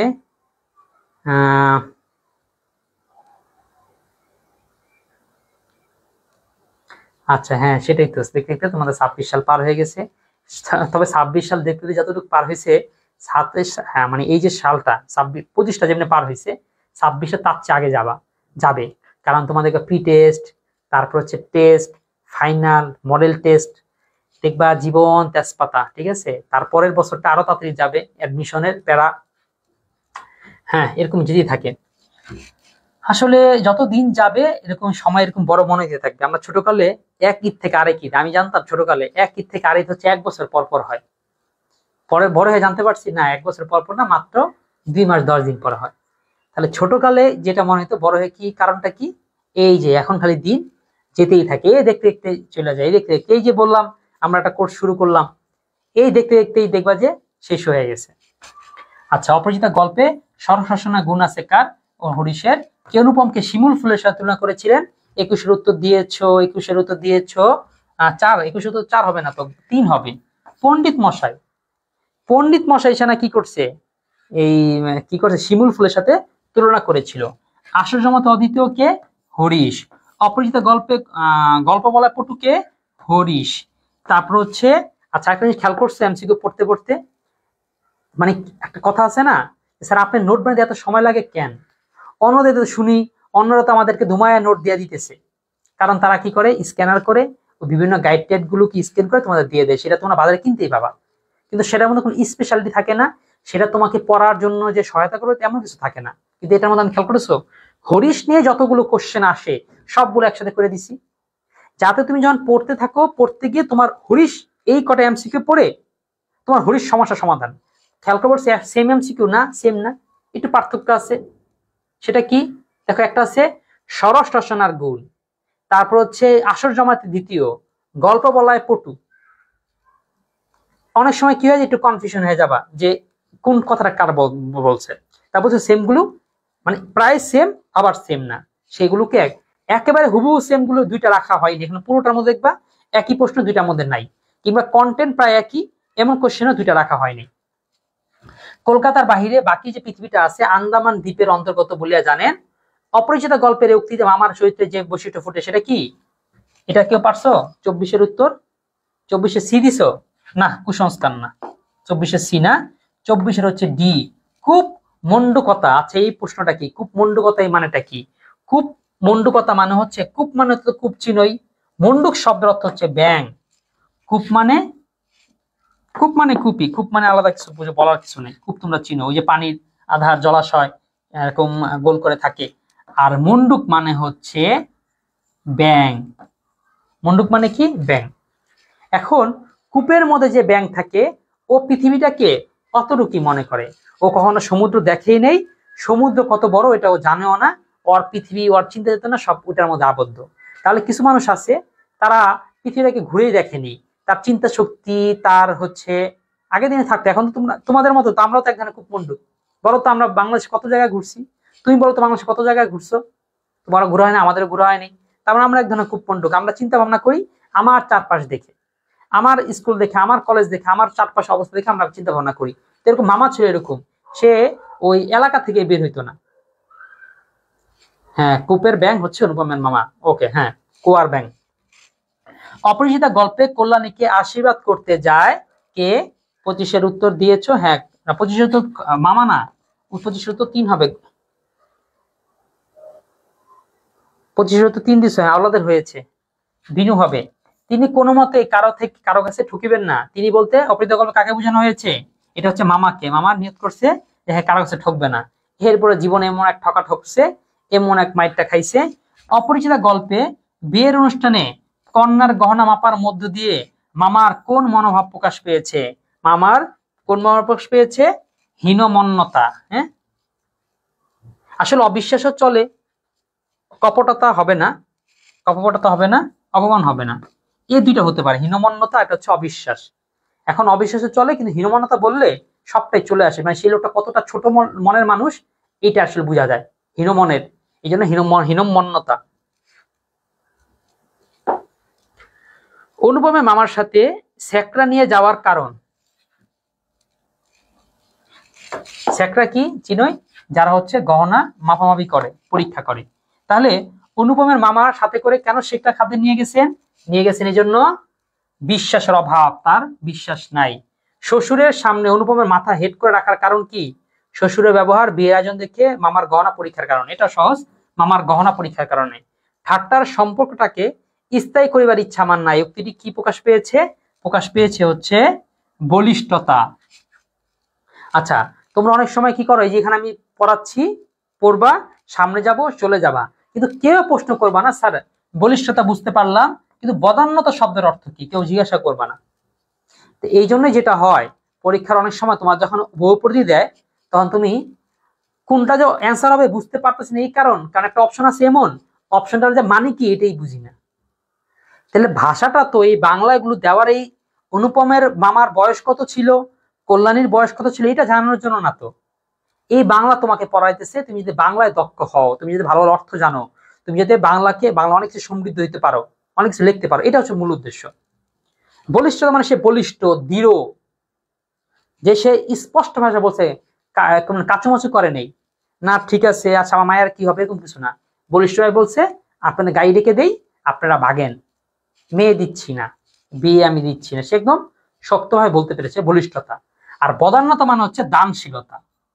দেখো একটু আগে বুঝতেছিল না যে বদান্যতা হতে পারে কি হতে পারে না, এখন যখন বলছে দানশীলতা, এখন নিশ্চয়ই স্পষ্ট হয়ে গিয়েছে, কারণ দানশীলতার সাথে নিশ্চয়ই এই উক্তির কোনো সম্পর্ক নাই। এই জন্য পড়াশোনাটা এভাবেই করে করবা, আশপাশে যে শব্দগুলো থাকবে সেগুলোর অর্থ জানার চেষ্টা করবা। কল্যাণীকে বিয়ে না দেওয়ার কারণ কি? কল্যাণীকে বিয়ে না দেওয়ার কারণ হচ্ছে অহংকার, অভিমান, আত্মসম্মান বোধ। হ্যাঁ, এই যে আত্মসম্মান বোধ। আমার কন্যার গহনা আমি চুরি করবো, কথা যারা মনে করে তাদের হাতে আমি কন্যা দিতে পারি না, উক্তিটিতে কি প্রকাশ পেয়েছে? সোমনাথ বাবুর আত্মমর্যাদা বোধ প্রকাশ পেয়েছে।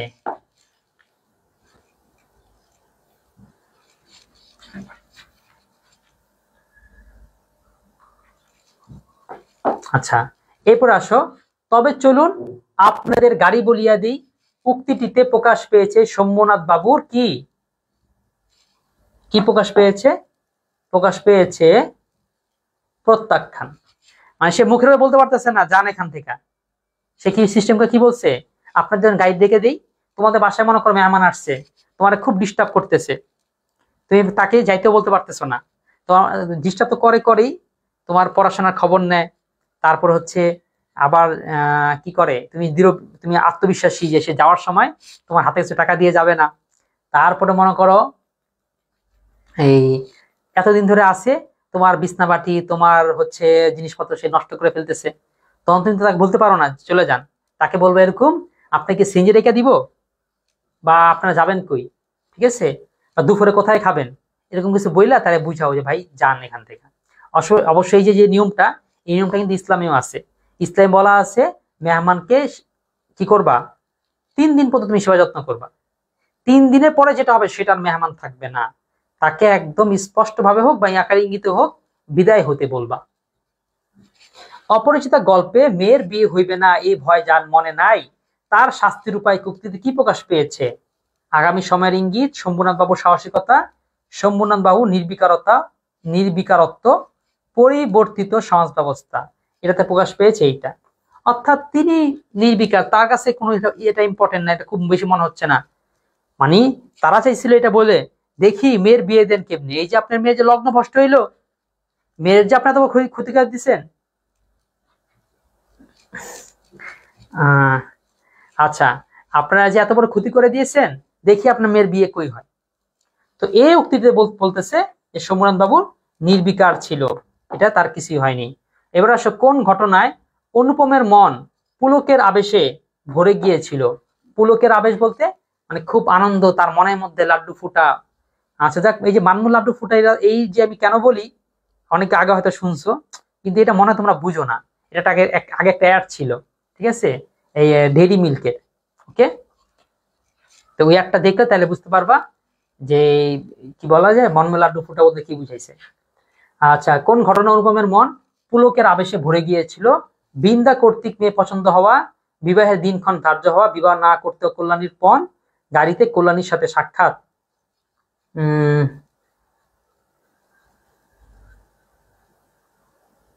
এটাই বোধ হয় বিবাহের দিনক্ষণ ধার্য হয়েছে, যখন বিয়ের দিন ঠিক হয়েছে, ওর মধ্যে তো ইয়া বলছে, মানে আনন্দেই আর কি, খুব খুশি আর কি, মানে বিয়ের দিন বা বিয়ের কয়েকদিন আগে সবাই কেমন কেন খুশি থাকবে, এরকম ধরনেরই খুশি। সে নিজের চারদিকের সকলের চেয়ে অধিক রজনীগন্ধার শুভ্র মঞ্জুরির মতো সরল বৃত্তটির উপরে দাঁড়াইয়া যে গাছে ফুটিয়াছে, সে গাছকে সে একেবারে অতিক্রম করিয়া উঠিয়াছে। এটা কে? এটা হবে কল্যাণী। অর্থাৎ সে নিজের চারদিকের সকলের চেয়ে অধিক রজনীগন্ধার শুভ্র, রজনীগন্ধা দেখো না, অনেক ফুলের মধ্যে থেকে রজনীগন্ধার ঘ্রাণটাই সবাইকে ছাড়িয়ে যায়। রজনীগন্ধার শুভ্র মঞ্জুরির মতন সরল বৃত্তটির উপরে দাঁড়াইয়া যে গাছে ফুটিয়াছে, সেই গাছকে সে একেবারে অতিক্রম করে গিয়েছে। এর মানে কি? এর মানে হইতেছে এই যে ও যে কল্যাণী জন্ম নিছে শম্ভুনাথের ঘরে, শম্ভুনাথ আর কি বলিষ্ঠ, ও তার চেয়ে বেশি বলিষ্ঠ। শম্ভুনাথ আর কি প্রতিবাদী, ও তার চেয়ে বেশি প্রতিবাদী। যে গাছে সে ফুটিয়াছে সে একেবারে অতিক্রম করে উঠিয়াছে, এই বর্ণনায় কল্যাণীর কোন বিশেষ দিকের কথা বলা হয়েছে? বলা হয়েছে কি মার্জিত সুরুচি, সৌন্দর্য, উদাসীনতা। কোনটা কথা বলা হয়েছে? যে গাছে সে ফুটিয়েছে একেবারে অতিক্রম করেছে, বর্ণনায় কোন বিশেষ দিকের কথা বলা হয়েছে? এটা বলা হয়েছে কল্যাণীর এই তো মার্জিত সুরুচি। অপরিচিত গল্পে রেল কর্মচারী কতটি টিকিট বেঞ্চে ঝুলিয়েছিল? 2টি। 38 কেউ দিতে পারছো?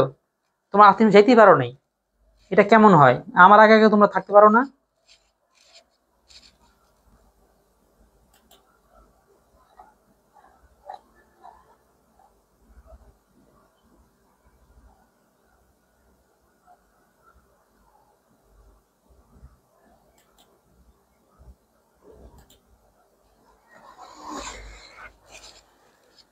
অপরিচিত গল্পে কল্যাণীর বিয়ে না করার সিদ্ধান্তের কারণ কি ছিল?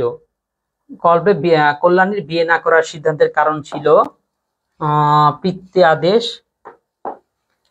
অপরিচিত গল্পে কল্যাণীর বিয়ে না করার সিদ্ধান্তের কারণ ছিল এই যে পিতৃ আদেশ, আগেবার গিয়েছে, সমস্যা নেই। অপরিচিত গল্পের শীর্ষ মুহূর্ত কোনটি? অপরিচিত গল্পের শীর্ষ মুহূর্ত হচ্ছে এই যে, এই দেখি 40টা কে পারো? আমি 40টা কথা একটু আগে বলছিলাম।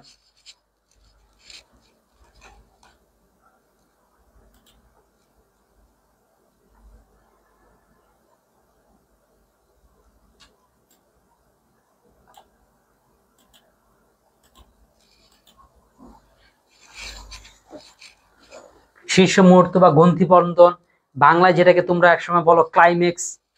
হ্যাঁ, বলো না মুভিটার ক্লাইম্যাক্সটা সুন্দর, অর্থাৎ একেবারে মজাদার মুহূর্ত, যেটা আসল মুহূর্ত। 40-এর 1 বিশেষ শম্ভুনাথ সেনের কন্যা সম্প্রদানে অসম্মতির ক্ষণ। এই তো, হ্যাঁ এইটাই।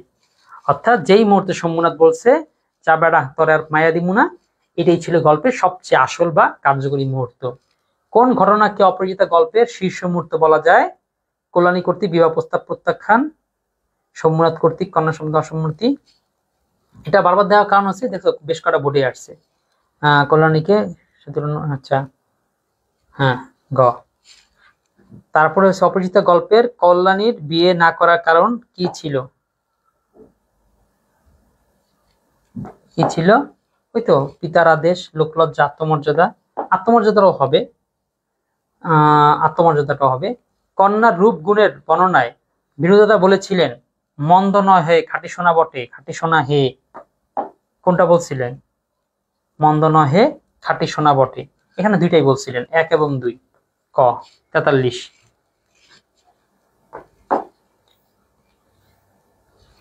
আচ্ছা, আর কয়েকটা আছে, আমাদের এমসিকিউ শেষ হয়ে যাবে। 844। অধিক বয়স হওয়া সত্ত্বেও কল্যাণীকে মামার পছন্দ করার কারণ ছিল পণের টাকার প্রতি লোভ, বাবা মায়ের একমাত্র সন্তান, গুণবতী ও রূপসী। তাহলে অধিক বয়স হওয়া সত্ত্বেও কল্যাণীকে মামার পছন্দ করার কারণ ছিল, অধিক বয়স সত্ত্বেও কল্যাণীকে মামার পছন্দ করার কারণ কি ছিল? বাবা মায়ের প্রতি একমাত্র সন্তান, আচ্ছা পণের টাকা প্রতি লোভ, হ্যাঁ, বাবা মায়ের একমাত্র সন্তান, গুণবতী ও রূপসী, হ্যাঁ সবগুলি, অর্থাৎ সবই, মেয়ে হিসেবে ভালো পাইতেছি, আবার হলো কি এত ধনী মেয়ে না, আবার একেবারে এত গরিব না যে টাকা পয়সা দিতে পারবে না, সবটাই তাহলে ঠিক আছে।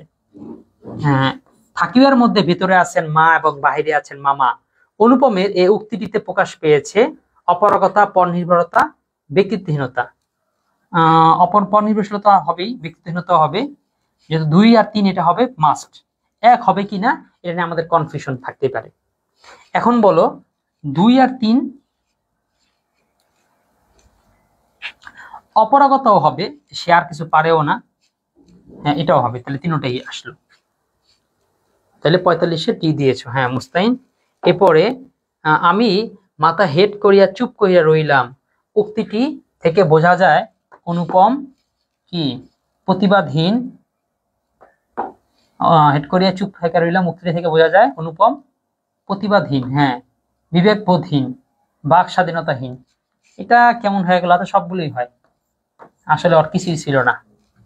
অপরিচিতা গল্পের প্রতিপাদ্য পণ প্রথার বিরুদ্ধাচরণ, দেশ সেবা, বর্ণভেদ, কোনটা হবে? অপরিচিতা গল্পের প্রতিপাদ্য হচ্ছে পণ প্রথার বিরুদ্ধাচরণ, দেশ সেবা, বর্ণভেদ হবে না, 1 এবং 2 হতে পারে, কারণ এখানে নিশ্চয়ই কোনো সাদা কালো, ব্রাহ্মণ শূদ্র এই টাইপের কোনো আলোচনা এখানে নিশ্চয়ই ছিল না। আচ্ছা ঠিক আছে, জিম মিম তোমরা উত্তর দিতেছো, মাশাআল্লাহ, এত তো দিলা না। ওকে, 46-এ ডি দিয়েছো, এরকম উত্তর দিবা, ভুল হইলেও উত্তর দিবা, অন্তত উত্তর দিলে তো ভুলটা তো ধরতে পারবো। তো ইনশাল্লাহ এখন থেকে জিম মিম প্রতিদিনই 8:30 বাজে ক্লাস, তোমরা একদম সবসময় এই ঠিক এই টাইমে উপস্থিত থাকবা, ক্লাসে উত্তর করবা। অপরিচিতা গল্পে শম্ভুনাথ চরিত্রের জন্য প্রযোজ্য কি? শম্ভুনাথ চরিত্রের জন্য প্রযোজ্য হচ্ছে চুল পাকা, গোপ পাকা, সুপুরুষ, চুল চুপচাপ, চুল কাঁচা আর ভাষা আটো। আচ্ছা প্রথম বলি, চুপচাপ যেটা সেটা হবে, এই যে চুপচাপটা হবে, চুল কাঁচা, গোফ পাকা, সুপুরুষ এটাও হবে। আচ্ছা, গোফ পাকা, ভাষা আটো, সুপুরুষ, চুল পাকা না। আচ্ছা ঠিক আছে, আমরা এটা কনফিউশন দূর করার জন্য আমরা শম্ভুনাথ সেনের কাছে যাই, শম্ভুনাথ সেন সম্পর্কে যেখানে আছে সেখানে একটু দেখি। আমরা আমাদের ক্যারেক্টারের মধ্যে চরিত্রগুলোকে খুব সুন্দর করে বিশ্লেষণ করেছি।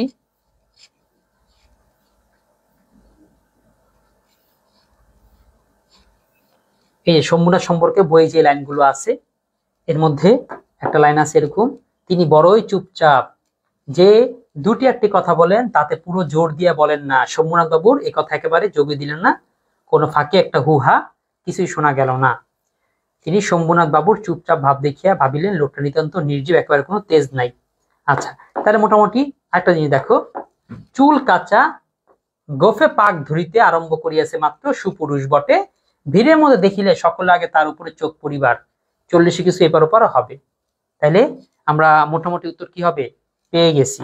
হ্যাঁ, ওকে, শম্ভুনাথ সেন, তাহলে সে কি, শম্ভুনাথের চুল হচ্ছে কাঁচা, চুল কাঁচা, গোফ হচ্ছে পাকা।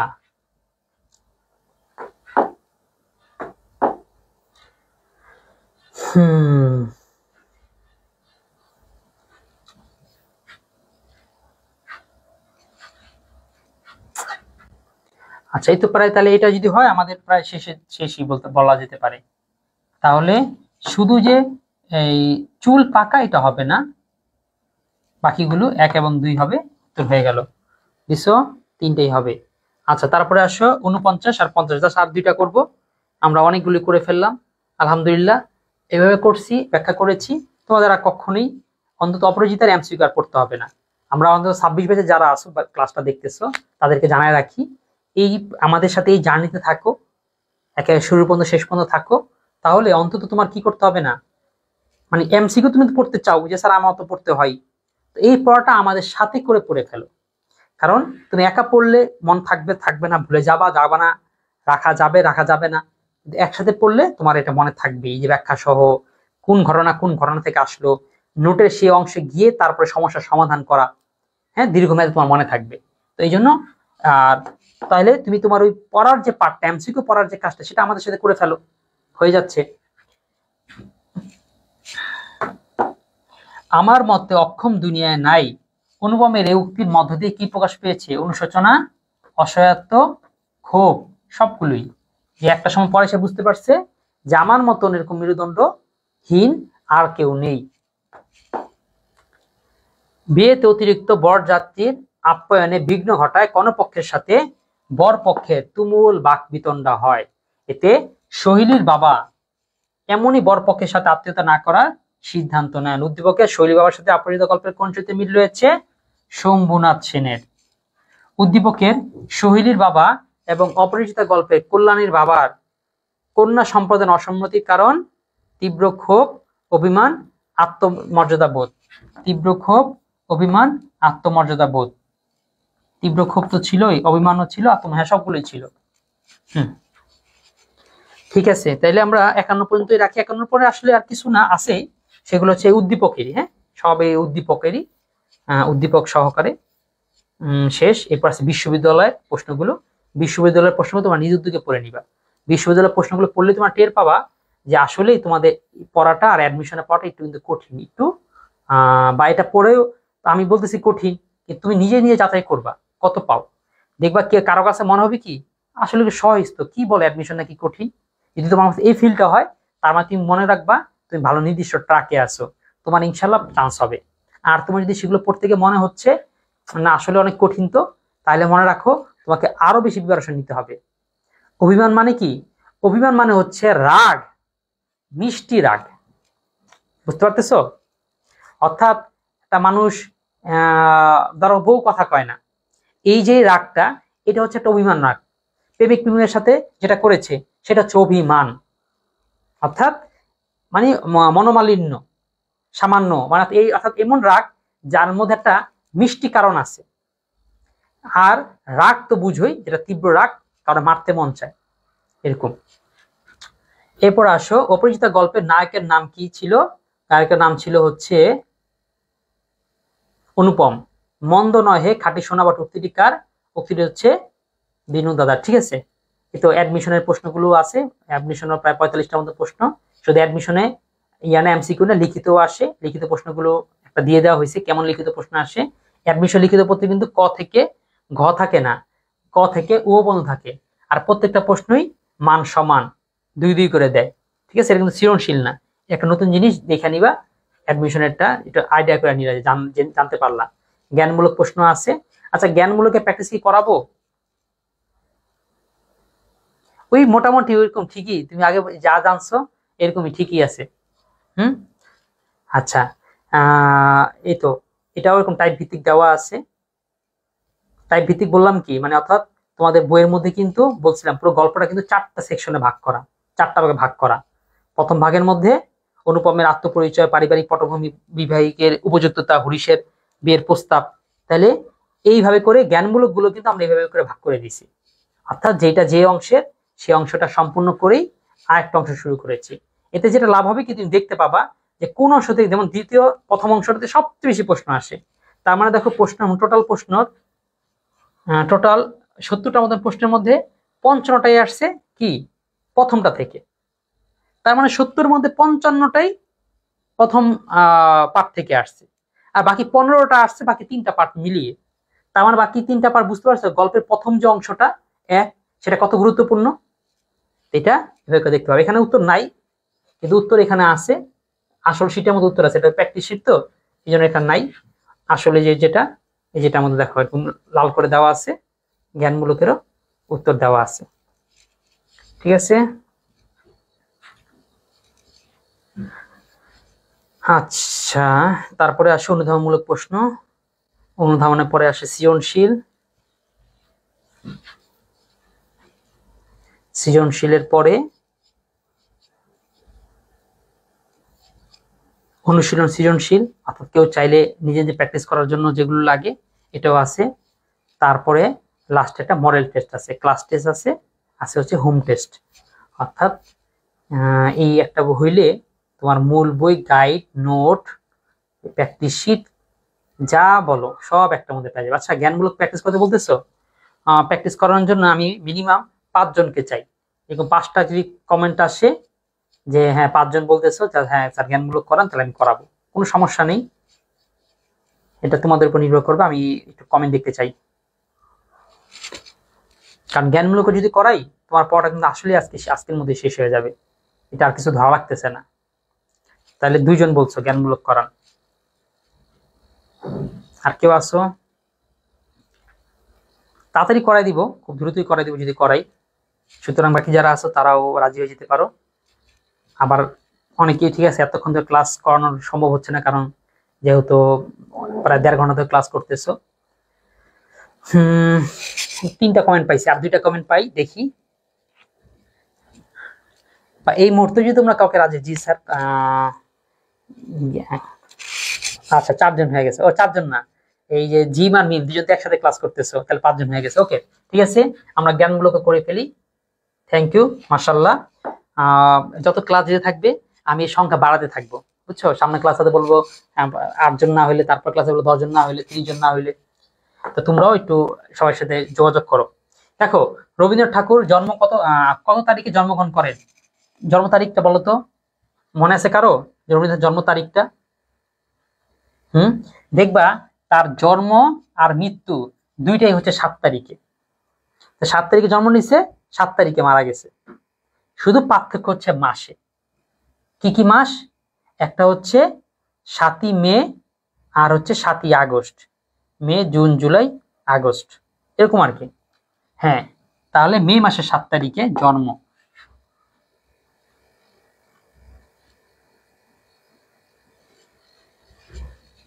সাত তারিখে না? 7ই মেতে তার জন্ম। আচ্ছা, সাল তো আমরা জানি, সাল হচ্ছে 1861। তার মানে 7 মে। আবারও বলতেছি, রবীন্দ্রনাথ ঠাকুর ছাড়া আর কোন লেখকের তুমি জন্ম তারিখ মনে রেখো না। হ্যাঁ, মে আর আগস্ট। ওকে, এই তো দেখছো, 7 মনে রাখবা, মে আর আগস্ট মনে রাখবা। 61। আর বাংলা সাল কত? বাংলা সাল 1268। আচ্ছা, বাংলা সালে কিভাবে মনে রাখবা সেটা বলি। বাংলা সাল মনে রাখার একটা ট্রিক্স হচ্ছে, তুমি এই ইংলিশ সালের সাথে থেকে, ধরো ইংলিশ এখন কত সাল, ধরো তারটাই দেখাই প্র্যাকটিসটা করাই দিই। 1861। এই সাথে তুমি 7 প্লাস দিবা, -6 দিবা, অর্থাৎ 61 থেকে 7 যোগ দিলে কত হয়? 67।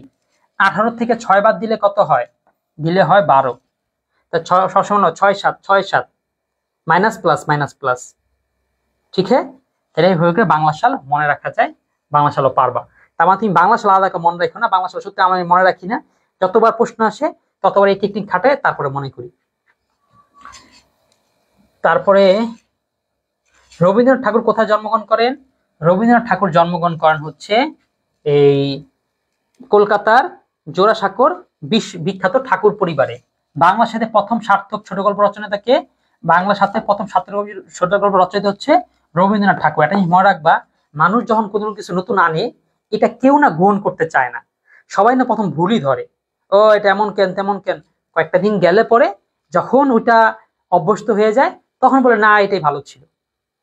ঠিক আছে, এটাই মানুষ করে। আচ্ছা, তাহলে ওই ছোট গল্পটাও পৃথিবীর কেউ, সবাই তখন বড় বড় উপন্যাস পড়তো, ছোট গল্প যে হতে পারে সেটা ধারণা কেউ ছিল না। এখন আমাদের সময় ছোট, এখন ছোট গল্প খুব চলে, আমরা তো ছোট গল্প পড়তে চাই না।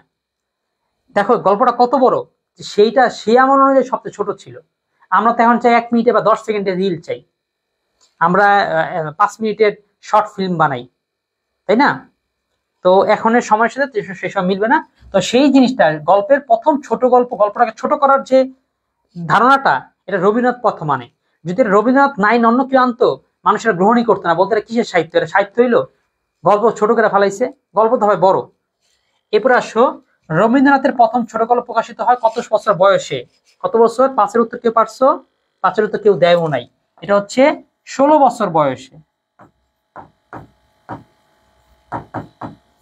হ্যাঁ, 16 বছর বয়সী। আমরা একটু উত্তরটা মিলাই দেখে নিব।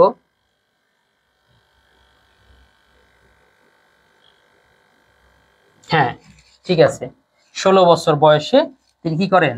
প্রথম গল্প লেখেন।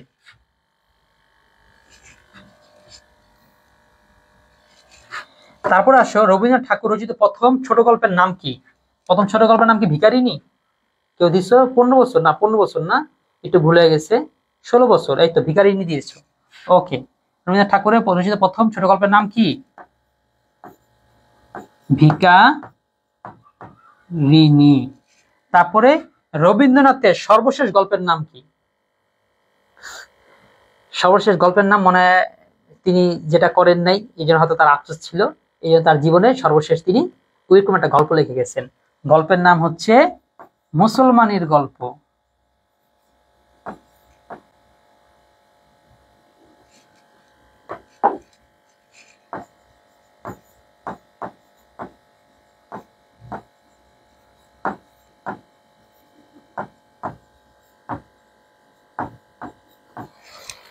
ঠিক আছে, মুসলমানের গল্প। হ্যাঁ, আচ্ছা, এরপরে আসো, রক্তকরবী কি ধরনের রচনা? এইগুলো কিন্তু খুব ক্রিটিক্যাল বিষয়, যে কোনটা কি ধরনের রচনা, কোনটা নাটক, কোনটা উপন্যাস, কোনটা কবিতার বই, মনে রাখা জটিল।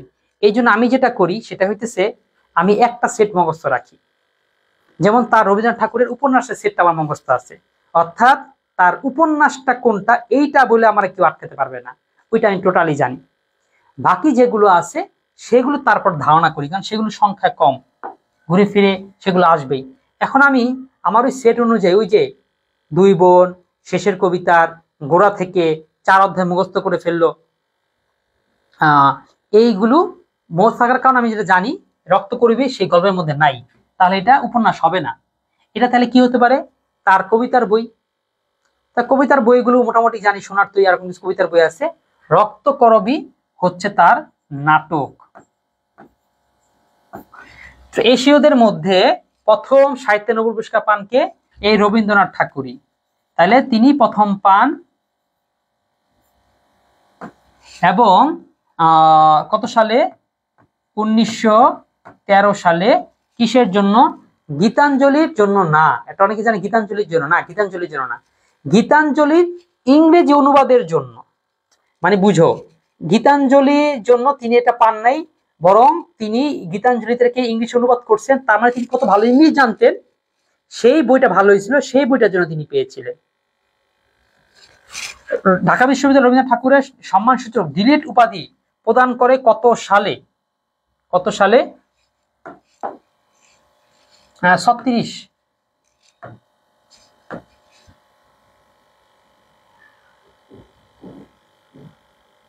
হ্যাঁ, ঠিক আছে, 36 সালে, 1936 সালে। 1938 সালে করে হচ্ছে ইয়াকে 36 পর 38 করে, আর নাম কি? শরৎচন্দ্র চট্টোপাধ্যায়। তোমরা কি এই ডিলিট এই উপাধিটার নাম মানে বুঝো? দেখো, শব্দটা কিন্তু ডি, তারপর হচ্ছে লিট, এর মানে হচ্ছে ডিতে হচ্ছে ডক্টরেট অফ লিটারেচার, অর্থাৎ ডক্টরেটের উপরে তাকে কি করে এই জিনিসটা প্রদান করা, এটা সম্মান সূচক দেয়। অর্থাৎ তিনি এটা, মানে এইটা সাধারণত তুমি যদি পড়াশোনা করলে পরে তারপর তুমি পাবা, তুমি সাহিত্যের উপর পড়াশোনা করলে তাহলে দিবে। কিন্তু কিছু কিছু বিশ্ববিদ্যালয় কি করেছে, তাকে সম্মান করে দিয়েছে। কেন? বুঝতে যাবে আপনি আর কি পড়াশোনা করে নিবেন, আপনারা দেখেছেন আমরা পড়াশোনা করি, তাই না? যেমন ধরো শাহরুখ খানরে একটা বিশ্ববিদ্যালয় পুরস্কার দিয়েছে অভিনয়ের জন্য, কারণ সেই বিশ্ববিদ্যালয় অভিনয়ের উপরে ডক্টরেট দেয়। এখন শাহরুখ খান তো সেই বিশ্ববিদ্যালয় পড়ে নেই, কিন্তু কেন দিচ্ছে? বোঝানোর জন্য যে আপনার অভিনয় কি শিখাবো, এবং আপনার অভিনয় দেখা দেখা মানুষকে শিখাইতে হয়। তাহলে এরকম কিছু বিষয় থাকে, ওইটা সম্মান সুযোগ দেয়। যেমন দেখো না, ডক্টর ইউনূস যে দেশে যেতেছে, সেই দেশে বিশ্ববিদ্যালয় কোনো না কোনো কি দিচ্ছে, তাকে পুরস্কার দিতেছে। এটা কিন্তু ডক্টর ইউনূসকে দিচ্ছে না, তারা মূলত তাদের সম্মান বাড়ায় রাখতেছে। তাদের ওই বিশ্ববিদ্যালয় বলতে পারে যে আমাদের বিশ্ববিদ্যালয় অমুক লোককে আমরা কি করছি, এই জিনিসটা দিয়েছি। রবীন্দ্রনাথ ঠাকুর কত তারিখে মৃত্যুবরণ করেন? কত তারিখে মৃত্যুবরণ করেন? কি 7ই আগস্ট? হ্যাঁ, 15 আগস্ট না, তিনি 7ই আগস্টে মৃত্যুবরণ করেন। আর একটা বিষয়, সেটা হচ্ছে বাংলা কত? বাংলা মনে রাখবা 22শে শ্রাবণ। এই জন্য রবীন্দ্রনাথের মৃত্যুদিন উপলক্ষে 22শে শ্রাবণ মানে বর্ষাকালে। এখন না আমাদের এই যে আগস্ট মাসে বিপ্লব হইলো, এটাকে বর্ষা বিপ্লব বলে, এরকম তিনি করেছিলেন 22শে শ্রাবণ। এই 22শে শ্রাবণ মনে রাখবা, এটা মুভিও আছে, এই ঘটনাকে নিয়ে একটা মুভিও আছে 22শে শ্রাবণ। রবীন্দ্রনাথ ঠাকুর বাংলা কত তারিখে মৃত্যুবরণ করেন? এই তো 22শে শ্রাবণে। কারণ তিনি শ্রাবণ নিয়ে বা বর্ষাকাল নিয়ে অনেক অনেক গান লিখেছেন। দেখবে রবীন্দ্রনাথের গান তোমার ভালো লাগবে না, না লাগে স্বাভাবিক, কিন্তু সকালবেলা, ঠিক আছে, এই গান ছেড়ে রাখছে, তুমি ঘুম থেকে উঠতেছো, এই যে মৃদু গানটা শুনে এই ফিলটা নিলে বুঝতে পারবা আসলে গানটা আসলে ভালোই লাগছে, খারাপ না। আমাদের তো মনে করো যে ডিস্কো ডিস্কো গান ভালো লাগবে। অপরিচিতা গল্পটি প্রথম কোন পত্রিকা প্রকাশিত হয়? অপরিচিতা পত্রিকা যখন বলছে তাহলে সেটা একটাই পত্রিকা, সেটা হচ্ছে সবুজ পত্র পত্রিকা। সবুজ পত্র পত্রিকা কার? প্রমোদ চৌধুরী। ঠিক আছে, প্রমোদ চৌধুরী সবুজ পত্র পত্রিকা। তাহলে কয়জন বিখ্যাত? এই অপরিচিত গল্পের জন্য, আর একটা কিসের জন্য? এই পত্রিকা দিয়েই চলিত ভাষার প্রচলন হয়। অপরিচিত গল্পটি প্রথম কোন গ্রন্থে প্রকাশিত হয়? আচ্ছা, তাহলে একটু পার্থক্য বুঝো। একটু আগে বলছে কোন পত্রিকা, এখন বলছে কোন গ্রন্থ। এখন নিশ্চয় 13 নম্বরটা কেউ কেউ পারছো, 14 নম্বরটা পারবা কে কে, এইটা হচ্ছে দেখার বিষয়। আচ্ছা, জিম্মিম উত্তর করতেছো, থ্যাংক ইউ। তোমরা এরকম নিয়মিত উত্তর করবা, উত্তর করো। 7ই আগস্ট সবুজপত্র পত্রিকা হয়েছে। এরপরে বলো, অপরিচিতা গল্পটি প্রথম কোন গ্রন্থে প্রকাশিত হয়? গ্রন্থটার নাম কেউ দিলা? পেরেছ? গল্প সপ্তক। গল্প সপ্তক। আমরা যদি আমাদের নোট থেকে দেখে নেই,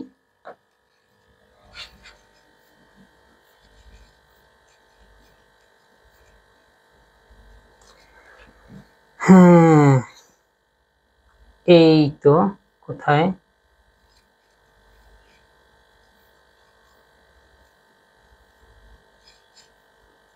এই যে অপরিচিতা প্রথম প্রকাশিত হয় সবুজ পত্র পত্রিকায়, কত? 1914 তারিখে। 14 তারিখ বুঝতেছো? 1913-তে পেয়েছে সে গীতাঞ্জলি, নোবেল পুরস্কার পেয়েছে। তার মানে নোবেল পুরস্কার পাওয়ার 1 বছর পরে তিনি এই গল্পটা লিখেছেন। হ্যাঁ, গল্প সপ্তক। গল্প সপ্তক। আর গল্পগুচ্ছের মধ্যে তো সব গল্পই আছে, সেই হিসাবে আছে, কিন্তু প্রথম এটা যুক্ত হয় হচ্ছে গল্প সপ্তক বইটির মধ্যে। রসন চকি শব্দের অর্থ কি? রসন চকি শব্দের অর্থ কি? রসন চকি তিনটা জিনিসের সম্মিলিত ঐক্যতানকে বা তিনটা জিনিসের মিলনের, তিনটা বাদ্যযন্ত্রের মিলনের সম্মিলিত রূপকে বলে কি? রসন চকি। সেটা তিনটা কি কি? ঢোল, সানাই, আর একটা হচ্ছে কাশি। কনসার্ট শব্দের অর্থ কি? কনসার্ট শব্দের অর্থ হচ্ছে এই তো বাজনা বাজানো, মিউজিকের। আমরা তো কনসার্ট ভালোই ছিলাম, আমরা কনসার্ট বলি যেটাকে, ওটাই দেয় কনসার্ট, যেখানে গান বাজনা সহ উন্মাদনার করা হয়, গান বাজনা উন্মত্ততা প্রকাশ করা হয়। স্বয়ংবরা শব্দের অর্থ কি? স্বয়ংবরা মানে হচ্ছে, স্বয়ং মানে হচ্ছে নিজে, হ্যাঁ, স্বয়ং মানে হচ্ছে নিজে, আর বরা মানে হচ্ছে বর গ্রহণ করেছে যে নারী। অর্থাৎ যে মেয়ে বাপ মার খোঁজখবর, মানে সে বাপ মার উপরে ভরসা করে থাকে না, সে নিজের বর নিজেই খুঁজে নেয়। ঠিক আছে, হ্যাঁ, নানা রকম না, নানা রকম বাদ্যযন্ত্র দিলে হবে না, কারণ বাদ্যযন্ত্র তো অনেক রকমই হতে পারে। তুমি দরজা লাগাও আর খোলার সময় কিন্তু ক্যাস ক্যাস করে আওয়াজ হয়, ঠিক আছে, চেয়ারে বসার সময় ক্যাস ক্যাস আওয়াজ হয়, তোমার টেবিলটা তো নড়াচড়া করে, সব তো আর বাদ্যযন্ত্র না। ঠিক আছে, তো এরকম তিনটা, ঢোল, কাশি এবং সানাইয়ের যে বন্ধন, এটা কি আর কি রসন চকি বলা হবে। তারপরে আসো স্বয়ংবর শব্দের অর্থ কি? অর্থাৎ যে মেয়ে নিজের বর নিজে চয়েস করে নিয়েছে। ভারতের গয়া অঞ্চলের অন্তঃসলীলা নদীর নাম কি? ফল্গু। ধনুক ভাঙা পণ বলতে কি বুঝে? ধনুক ভাঙা পণ হচ্ছে, আচ্ছা এটা কোত্থেকে আছে সেটা বুঝে রাখো। মনে করো আমি কি ছুটতে থাকবো, ছুটতে থাকবো, ছুটতেই থাকবো, যতক্ষণ পর্যন্ত ধনুক না ভাঙে, এরকম একটা বিষয় থেকে আসছে ধনুক ভাঙা পণ। অর্থাৎ আমাকে করতেই হবে যতক্ষণ না সফল হচ্ছি।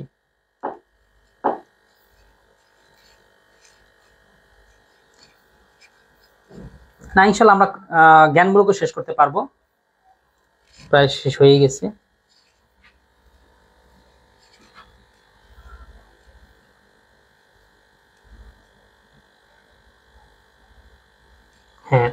এরপর আসে আমরা মূল গল্পের মধ্যে চলে আসি, মূল পাঠ। প্রথম পাঠে একটু প্রশ্ন বেশি, একটু সময় লাগবে, মনে রাখো। যে মাইয়া নিজে স্বামী নির্ধারণ করে, হ্যাঁ, যে মেয়ে বললো বিয়ের সময় অনুপমের বয়স কত ছিল? বিয়ের সময় অনুপমের বয়স ছিল 23। অপরিচিত, আচ্ছা 23 আর 27 এই দুইটা পার্থক্য বুঝো। এই কথার মানেটা কি? মানে হচ্ছে ওই যে বিয়ের সময় বিয়ে ভেঙে টেঙে গেল, এই যে যে ঘটনাটা, এই সময় তার বয়স ছিল 23। তারপর যে বিয়ে ভেঙে টেঙে যায়, তারপর সে তার মাকে নিয়ে ঘুরতে যায়, সেই সময় তার বয়স ছিল 27। অর্থাৎ বিয়ে ভেঙে যাওয়ার 23, 24, 25, 26, 27, এই তো 3 থেকে 4 বছর পরে বা 4-5 বছর পরে তিনি ওই ট্রেনের মধ্যে সেই মেয়েটাকে দেখতে পায়, যে মেয়েটা তার বিয়ে ভেঙে দিছিল। এই জন্য বলছে 25 আর 23 আর 27। অনেক কনফিউশন কিন্তু আসে। এইটাই আসছিল আমাদের সময় 2016 সালে, একেবারে এই প্রশ্নটাই। ঠিক আছে, মানে তোমরাও যেমন পরীক্ষা দাও, আমি একদম এই প্রশ্নটাতেই পরীক্ষা দিয়েছিলাম। ওকে, এই যে আমার মনে আছে এই প্রশ্নটা খুব বেশি করে। তারপরে অপরিচিতা গল্পের এই প্রশ্নটা আমিও ভুল করতে পারতাম বা ভুল হয়েই যেত, কিন্তু তোমরা হয়তো জানো কিনা, আমি কিন্তু কলেজে থাকতেই আমি আমার কলেজের ফ্রেন্ডদেরকে পড়াইতাম। ঠিক আছে, আমার সাথে যারা অ্যাড আছো প্রত্যেক বছরই দেখবা ওই ছবিটা আমি শেয়ার করি। ওই যে ওদেরকে সেই 16 সালে পড়াইছি, প্রত্যেক বছরই সেটা আসে মেমোরিতে, আসলে এটা আবার শেয়ার করে মনে করাই দিই। আমি কিন্তু স্টুডেন্ট লাইফ থেকেই স্টুডেন্ট পড়াতাম, এবং ওই ছবির নিচে আমার সে ফ্রেন্ডরা বা ওই স্টুডেন্ট যারা, ওরা কিন্তু কমেন্ট করে এবং স্মৃতিচারণ করে যে ওরাও কি ওদের সেই ব্যাচে বিভিন্ন স্যার রেখে তারপরে সে আমার সাথে ক্লাস করতে আসছিল। অর্থাৎ ওরা মডেল টেস্টে বিভিন্ন কোচিং টোচিং ভর্তি হয়ে গেছিল, টাকা পয়সা পেড করে দিয়েছে, তারপরে এসে আমার কাছে পড়তো। আচ্ছা, অপরিচিতা গল্পে মা কেমন ঘরের মেয়ে ছিল? মা গরিব ঘরের মেয়ে ছিল। পণ্ডিত মশাই অনুপমকে কোন ফুলের সাথে তুলনা করেছেন? শিমুল। কি? শিমুল হচ্ছে ফুল।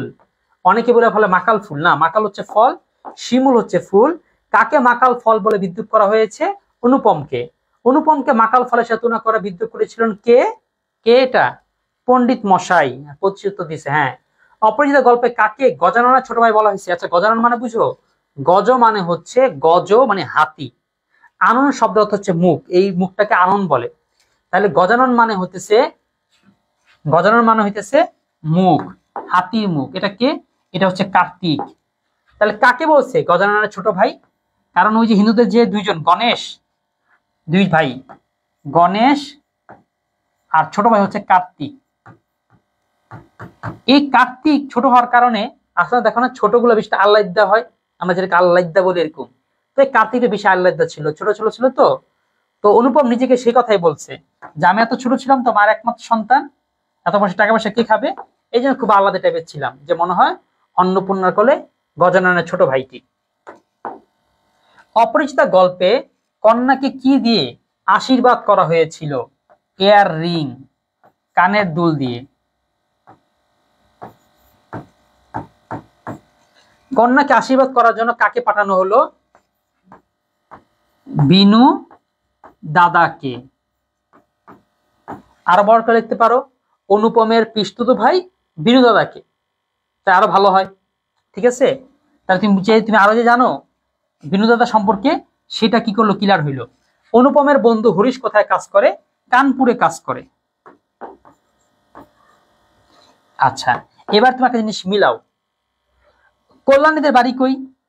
গল্পের কোথাও কিন্তু বলা হয় না কল্যাণীদের বাড়ি কই। কেউ বলতে পারো কিনা দেখো তো? শম্ভুনাথ সেন কই থাকে এটা কিন্তু বলা হয় নাই। শম্ভুনাথ সেন পশ্চিমে থাকে, এটা খালি বলছে, কিন্তু কোন জায়গায় এটা কিন্তু বলা হয়নি। তাহলে ফারহার আজকে তো দেরি হলো, কারণ কি 10টা বেজে গেছে, এতক্ষণ আসলো, 8:30টায় ক্লাস। আচ্ছা, হরিশ কোন কি বলে কোথায় কাজ করে? কানপুরে। এই দেখো কয়েকটা সূত্র মিলাও। কল্যাণী যে স্টেশনে নেমেছিল সেটা কোন স্টেশনে? কানপুর স্টেশনে নিয়েছিল। আচ্ছা, 31টা বুঝাই দিচ্ছি, মোস্তাইন এটা আগে বুঝাই। তো কানপুর স্টেশনে নেমেছিল। আবার এদিকে বলতেছে হরিশ কই কাজ করে? কানপুরে কাজ করে। আর হরিশই কি নিয়েছিল? এই মেয়ের ঘটকালি করেছিল, এই মেয়ের খবর নিয়ে এসেছিল। তার মানে আলটিমেটলি কি দাঁড়াচ্ছে? যে হরিশ কোথায় কাজ করে? কানপুরে কাজ করে। অনুপমের বন্ধু হরিশ কোথায় কাজ করে? অনুপম বন্ধু কানপুরে কাজ করে। আর এই কানপুরেই মূলত কল্যাণীরা থাকতো, এই জন্য সেখান থেকে সে প্রস্তাব নিয়ে এসেছিল। অনুপমের পিতা প্রথম অবকাশ পান কবে? প্রথম অবকাশ পান হচ্ছে মৃত্যুর পর। হ্যাঁ, তার মৃত্যুর পর। উত্তর কি দিবা? মৃত্যুর পর। আচ্ছা, এবার বুঝাই জিনিসটাতে কি বুঝাইছে। অনুপম একটু ব্যঙ্গ করেই তার বাবার কথা বলছিল, যে আমার বাবা সারা জীবন ওকালতি করেছে, প্রচুর টাকা পয়সা কামাইছে, কামাই করে প্রচুর টাকা পয়সা কামিয়ে তিনি জীবনে একটু অবসর ছুটি কাটানো, সুযোগ পাওয়া, ফুরসত পাওয়া, এটা তিনি জীবনে পান নাই।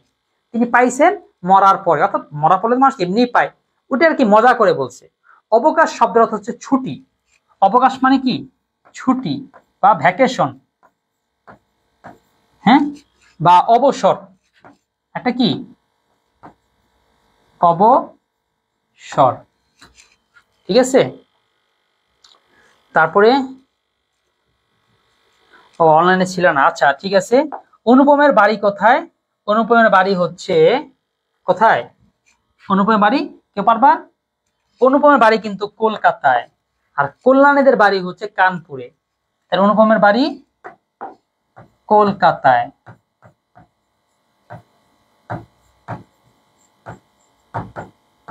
ঠিক আছে, আগে কেউ বলতো কলিকাতা। আচ্ছা, এটা আমি আমার ইতিহাস স্টুডেন্টদেরকে বলি, কিন্তু তোমরা যেহেতু আসোই বাংলা ক্লাস স্টুডেন্ট, হালকা একটু ইতিহাস জেনে রাখো। কলকাতার নামটা কিভাবে কলকাতা হইল? এটা হচ্ছে ধরো ইংরেজরা প্রথম আসছে, তারা তো সমুদ্র দিয়ে বা সাগর পাড়ি দিয়ে জাহাজে করে কলকাতার বা কালিকট একটা বন্দর ছিল, সেই বন্দরে নেমে মানুষকে জিজ্ঞাসা করে, ভাই জায়গাটার নাম কি? ধরো যে বনের মাঝখানে যাচ্ছিল, সেই বনেরই একটা লোক কাঠ কাটতেছিল কাঠুরে, তো সেই কাঠুরিকে জিজ্ঞাসা করলো, ভাই এই জায়গার নাম কি? আর কাঠুরি তো বুঝে নাই কি বলছে, যে ইংরেজি জিজ্ঞাসা করছে আচ্ছা এই জায়গার নাম কি, এভাবে আঙ্গুলে জিজ্ঞাসা করছে এই জায়গাটার নাম কি। আর ওই কাঠুরির আঙ্গুলের নিচেই কোন একটি গাছ বা কয়েকটি গাছ কাটা ছিল, ওইটা থেকে কাঠুরি বলতেছে কি, ও এইটা, এটা তো কাল কাটা, মানে এই গাছগুলো আমি আজকে কাটতেছি আর এইগুলো কালকে কেটে রাখছি।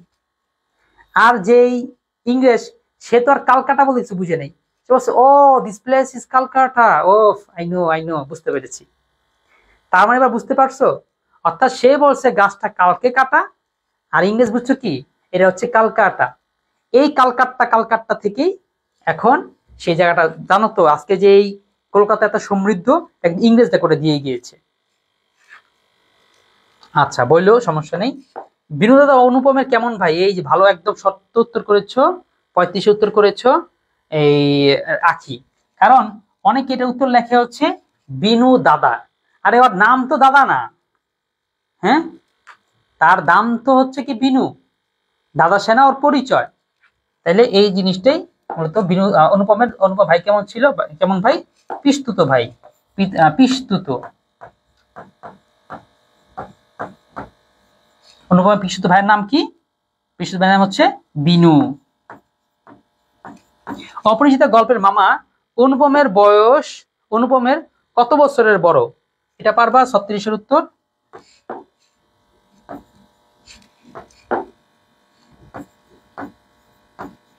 বছর 6 বড়। কল্যাণীর পিতার নাম কি? কল্যাণীর পিতার নাম হচ্ছে শম্ভুনাথ সেন।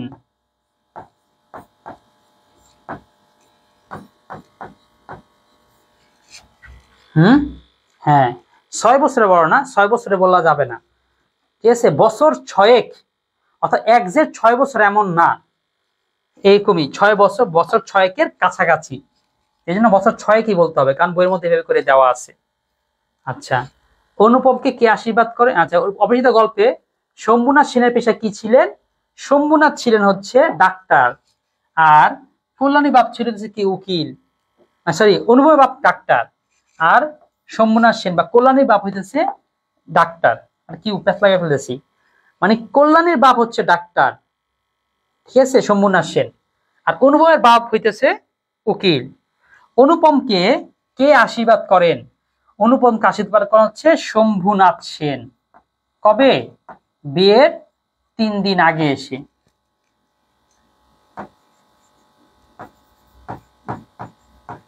বিয়ের এটা একটা প্রশ্ন আসবে, সামনে আসবে।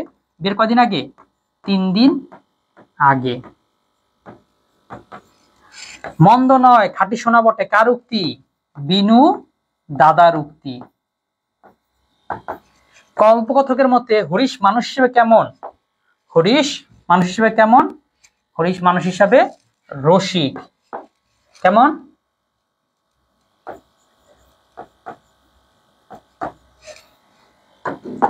অনুপমের বিয়ের সম্বন্ধ কে এনেছিল? অনুপমের বিয়ের সম্বন্ধ এনেছিল কে?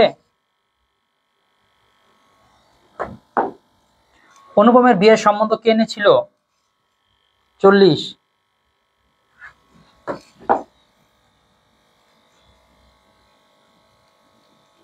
হরিশ। কে কে উত্তর দিতেছ? হ্যাঁ, 2 জন 3 জন 5 জন। আচ্ছা ঠিক আছে, 5 জন আছো।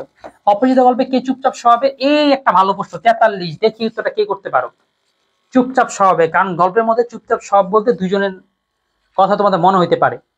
একজন উত্তর করেছো, আচ্ছা আমি এটা এখন নিব না, বাকি উত্তর দেখি, উত্তর দেখে তারপর নিব। হ্যাঁ, আরেকজন হতেও পারে, দেখি কোনটা বা এটা উত্তর সঠিক কিনা, কোন উত্তরটা তাহলে সঠিক। কারণ এই প্রশ্নটা কনফিউশন। আমি এই প্রশ্নটা আরো কিছু, মানে এই যে তোমরা যে ক্লাস করতেছো কিছু জিনিস পেয়ে যাবা অনেক উপকারী। এর মধ্যে ধরো এটি একটা প্রশ্ন, অনেক উপকারী একটা প্রশ্ন পেয়ে গেলা, কারণ তোমাদের পরীক্ষা এটা নিয়ে কনফিউশন হতেও পারতো। কল্যাণীর বাবা আর একটা কে? শম্ভুনাথ সেন। দেখো বিনু দাদা কিন্তু চুপচাপ ছিল, বিনু দাদা চিন্তা, কথা কম বলতো, তাহলে তো ওটা উত্তর হতে পারে। বিনু না, বিনু না, এটা শম্ভুনাথ সেনই হবে। কারণ বিনুদার সম্পর্কে এই চুপচাপ বলা হয়নি, মানে এই দেখো বইয়ের মধ্যে বিনুদাও কিন্তু চুপচাপই, কিন্তু স্বয়ং সব বাক্যের মধ্যে বইয়ের মধ্যে শম্ভুনাথ শ্যাম সম্পর্কে চুপচাপ স্বভাব এই কথা একদম উল্লেখ করা আছে, এই যে চুপচাপ স্বভাব। অর্থাৎ চাইলে তর্ক করা যায়, কিন্তু এটা স্পষ্ট অকাট্য, এই জন্য উত্তর এটাই হবে। গজাননের ছোট ভাই কে? গজাননের ছোট ভাই হইতেছে, গজাননের ছোট ভাই কে? গজাননের ছোট ভাই কে?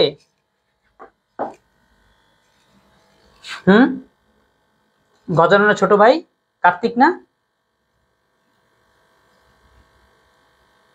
হ্যাঁ কার্তিক। আর বইয়ের মধ্যে বলা হয়েছে কাকে?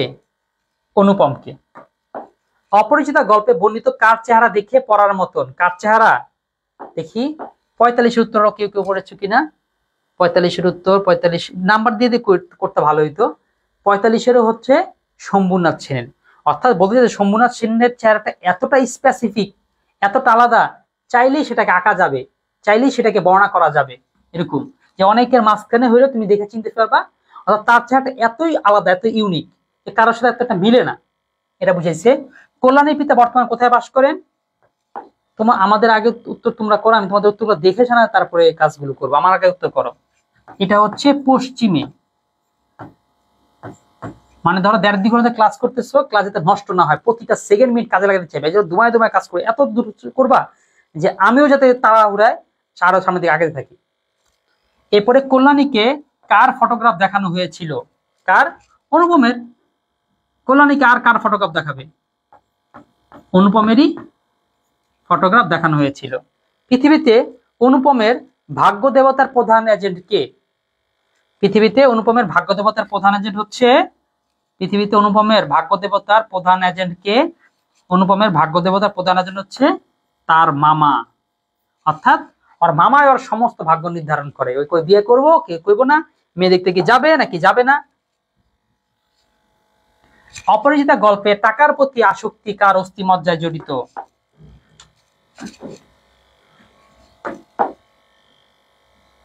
কার টাকার প্রতি আসক্তি জড়িত? মামার। মেয়ের বয়স 15 শুনে কার মন ভার হলো? মামার। এমন কথা হইতেছে, দেখো মেয়ের বয়স 15 শুনে এত মন খারাপ করার কি আছে? মেয়েরা তো বিয়ে করে সাধারণত 23, 24, 25, 30-এর মধ্যে এই সময় মেয়েরা বিয়ে করে। মেয়ের বয়স মাত্র 15, 18 হয়নি। আসলে সেই সময় মেয়েদের বিয়ে বয়স হয়ে যেত 9 বছর, 10 বছর, সর্বোচ্চ 12 বছর। 15 বছর হওয়া মানে অনেক বেশি হয়ে গেছে। এই জন্যই হ্যাঁ, মেয়ে এত বয়সী 15 হয়ে গেছে, এই জন্য হলো বললো কি মামার মন ভার হলো। কারণ 15 বছর হয়ে যাওয়া মানে কি নিশ্চয় মেয়ের মধ্যে কোনো সমস্যা থাকতে পারে, তাহলে কিছুর জন্য মেয়ের বিয়ে হইলো না, 15 বছর লেগে গেল, হয়ে গেল। অপরাজিতা গল্পে বিশেষ কাজে মামার একবার কোথায় গিয়েছিলেন, এটা করতে পারছো? হ্যাঁ, এটা হচ্ছে কন্যগড়, ঠিক আছে, তোমরা কোন গড় বলো, এটা হচ্ছে কন্যগড়। বিয়ে উপলক্ষে, আচ্ছা, অপরাজিতা গল্পে এককালে কার বংশে লক্ষ্মী ধর্মঘট ভরা ছিল, কার বংশে লক্ষ্মী ধর্মঘট ভরা ছিল, এটা হচ্ছিল কল্যাণীদের বংশে বা শম্ভুনাথ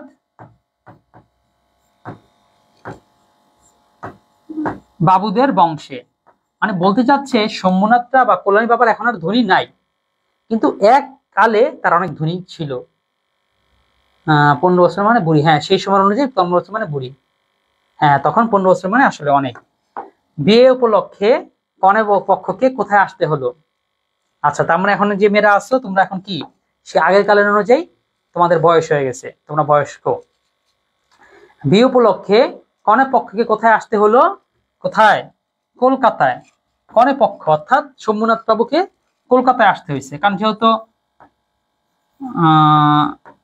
কলকাতায় অনুপমদের বাড়ি। শম্ভুনাথ সেনের মেয়ের নাম কি, শম্ভুনাথ সেনের মেয়ের নাম হচ্ছে কল্যাণী। শম্ভুনাথ বাবু কখন অনুপমকে প্রথম দেখেন, শম্ভুনাথ বাবু কখন অনুপমকে প্রথম দেখেন, শম্ভুনাথ বাবু কখন অনুপমকে প্রথম দেখেন, কখন মনে আছে, কখন দেখেন, কখন দেখেন, হ্যাঁ বিয়ের 3 দিন আগে,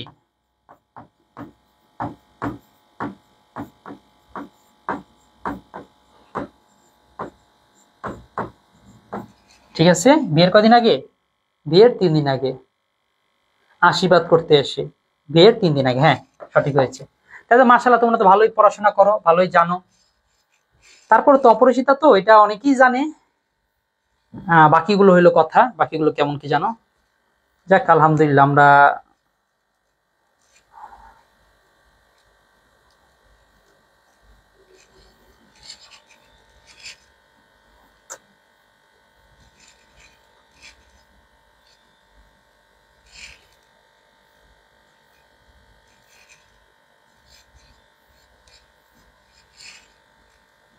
এই তো গল্পের প্রথম অংশটা শেষ, এবার দেখো দ্বিতীয় অংশ। ওই যে যখন বিয়ের আয়োজন হইলো, গহনা নেওয়া হইলো, অনুপম নিশ্চুপ, কন্যার বাবা বিয়ে ভেঙে দিছে, সেই জায়গাটা কোন কথা স্মরণ করে অনুপমের মামা ও মা একযোগে বিস্তর হাসলেন, মনে আছে কোন কথাটা? এই যে বিয়ের মধ্যে তারা যে এত যাত্রী নিয়ে আসছে, এতই যে বরযাত্রী নিয়ে আসছে, এইটা যে খাওয়াইতে গিয়ে কোনে পক্ষের যে একটা খাবার টাবার শেষ হয়ে যাবে, টান পড়বে, এটা যে বেজ্জতি হবে, এটা চিন্তা করেই মা আর মামা একটু হাসি তামসা করলো। আছে আমাদের সমাজের মধ্যে এই ধরনের হাসি তামসা করার লোক আছে। বরযাত্রীর দল কিসের পালা সেরে বের হয়ে গেল, বরযাত্রীর দল কিসের পালা সেরে বের হয়ে গেল, খাওয়া দাওয়ার পালা, তাই না, তাদের খাওয়া দাওয়া পালা বের করে দিচ্ছে না। ঠাট্টার সম্পর্ককে কে স্থায়ী করতে চান না, কে, এটাই হচ্ছে শম্ভুনাথ বাবু, সে তার মেয়েকে একটা ঠাট্টার সম্পর্কের কাছে দিতে চায় না। শম্ভুনাথ শেখ রাতে কি পরখ করতে দিয়েছিলেন, পরখ করতে দিয়েছিলেন শেখ রাতে শম্ভুনাথ আচ্ছা কি শম্ভুনাথ সেনের হাতে, শম্ভুনাথ শেখ রাতে, আচ্ছা আচ্ছা ইয়াররিং, ঠিক আছে ইয়াররিং না, টিকতে হবে, কারণ ইয়াররিং কিন্তু তারা বেজ্জিত হয়েছিল।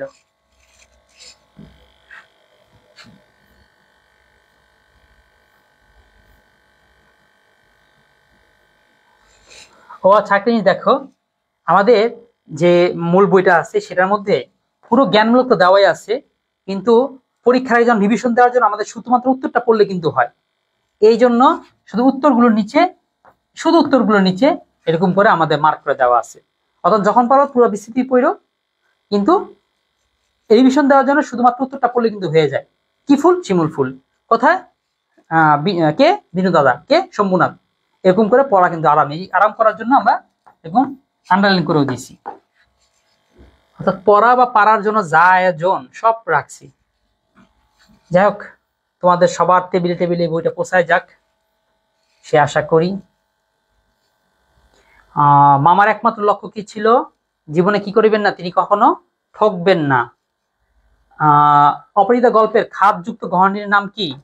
খাদযুক্ত গহনার নাম হচ্ছে ইয়ার রিং। ঠিক আছে, হ্যাঁ, এটার মধ্যে খাদ ছিল, বাকিগুলোর মধ্যে খাদ ছিল না।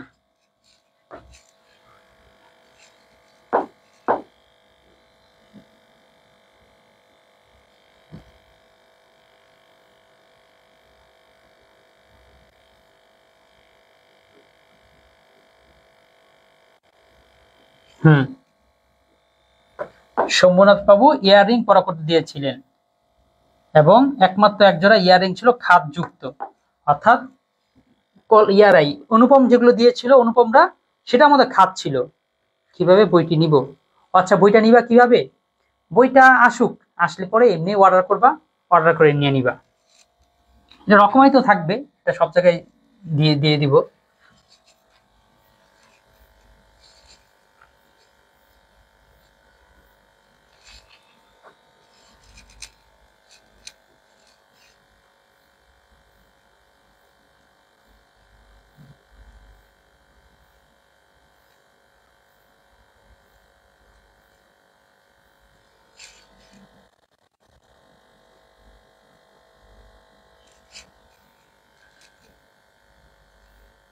হ্যাঁ, 3 হইলো। এবার দেখো, একটা প্রশ্ন দেখো, 3 থেকে কিন্তু জ্ঞানমূলক কোনো প্রশ্ন তেমন আসে না। ঠিক আছে, এই জন্য না, গহনা পরীক্ষা করলে হবে না, কারণ সোমনাথ বাবু তার গহনা পরীক্ষা করতে দেন নাই, দিয়েছে হচ্ছে মামা। সোমনাথ সেন মাত্র একটা গহনা দিয়েছিলেন, সেটা হচ্ছে ইয়ার রিং। বা এটা পরীক্ষা করে দেখেন তো। আচ্ছা, বিবাহ ভাঙার পর কল্যাণী কোন ব্রত গ্রহণ করে? বিয়ে ভাঙার পর কল্যাণী করে হচ্ছে বিয়ে ভাঙার পর কল্যাণী কোন ব্রত গ্রহণ করেন?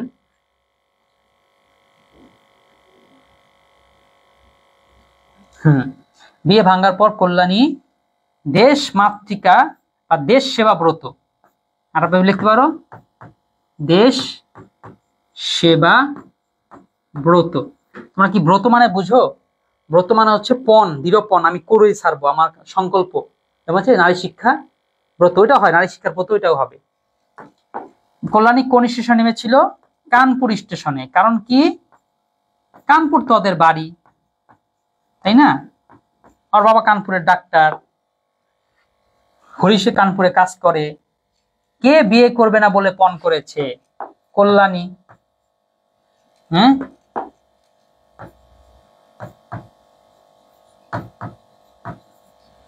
কার নিষেধ অমান্য করে অনুপম কানপুরে যায়? কার নিষেধ অমান্য করে অনুপম কানপুরে যায়? কার নিষেধ অমান্য করে অনুপম কানপুরে যায়? কার নিষেধ?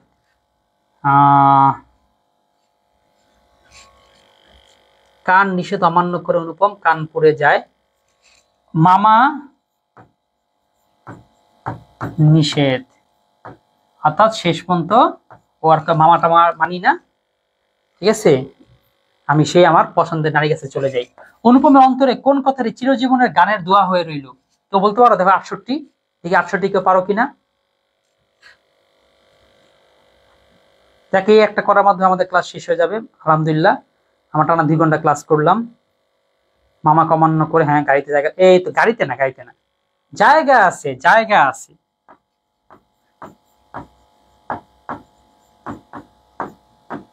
কারণ গাড়িতে বললে কথাটা হয় না, এটার শব্দটা একজল শব্দ, এই জায়গা আছে।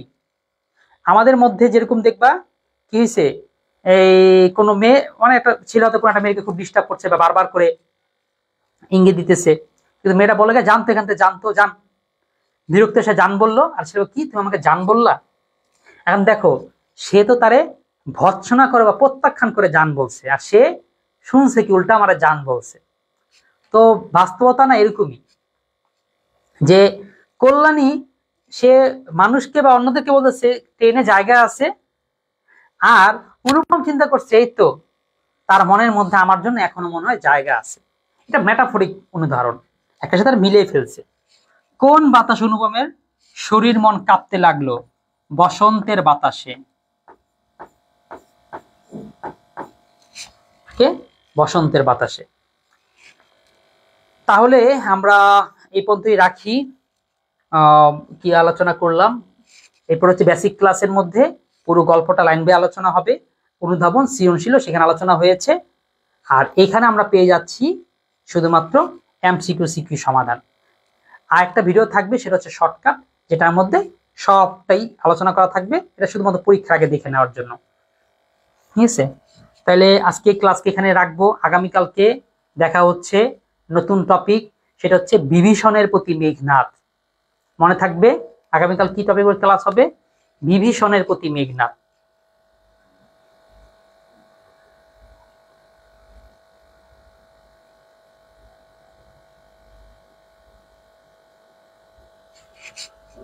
আচ্ছা, বহু চুলের লাগা দূর না কুল দিয়া দাও, দেখতে থাকলে পাকলে চুল, দুঃখ থাকে বহুকুল।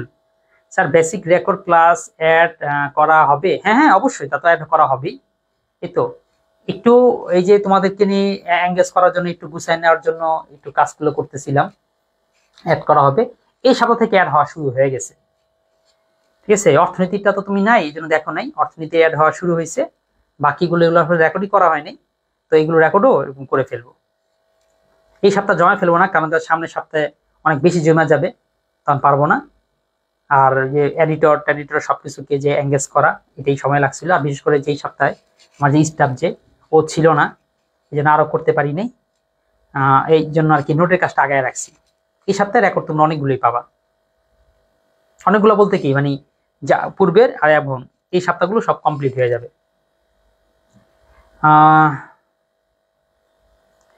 আচ্ছা, এটা তো তোমাদের কাজ। এটা আমারও ভুল কিছু আছে, এটার জন্য আসলে বুস্টিং করা দরকার, প্রচারণা চালানো দরকার, সেটা আমার আসলে করা হচ্ছে না।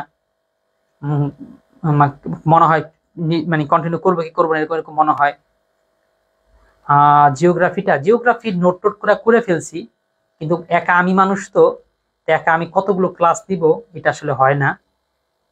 তারপর আমি দেখতেছি, দেখা যাক তোমাদের সবগুলো কোর্সে মানা যায় কিনা। আর আসলে একটা গতি হলে বাকিগুলো মূলত হতে থাকবে। যেরকম ধরো বাংলার 13 সপ্তাহ হইলে আমাদের নোট ক্লাস রেকর্ড শেষ। তারপর তো আমাকে ছোট্ট সিম্পল এই ক্লাস দেওয়া ছাড়া ব্যাপার থাকবে না, বা পরীক্ষার হয়তো রিভিশন ক্লাস থাকবে, খুব বেশি থাকবে না, সপ্তাহ মতো কমপ্লিট করেই দিব।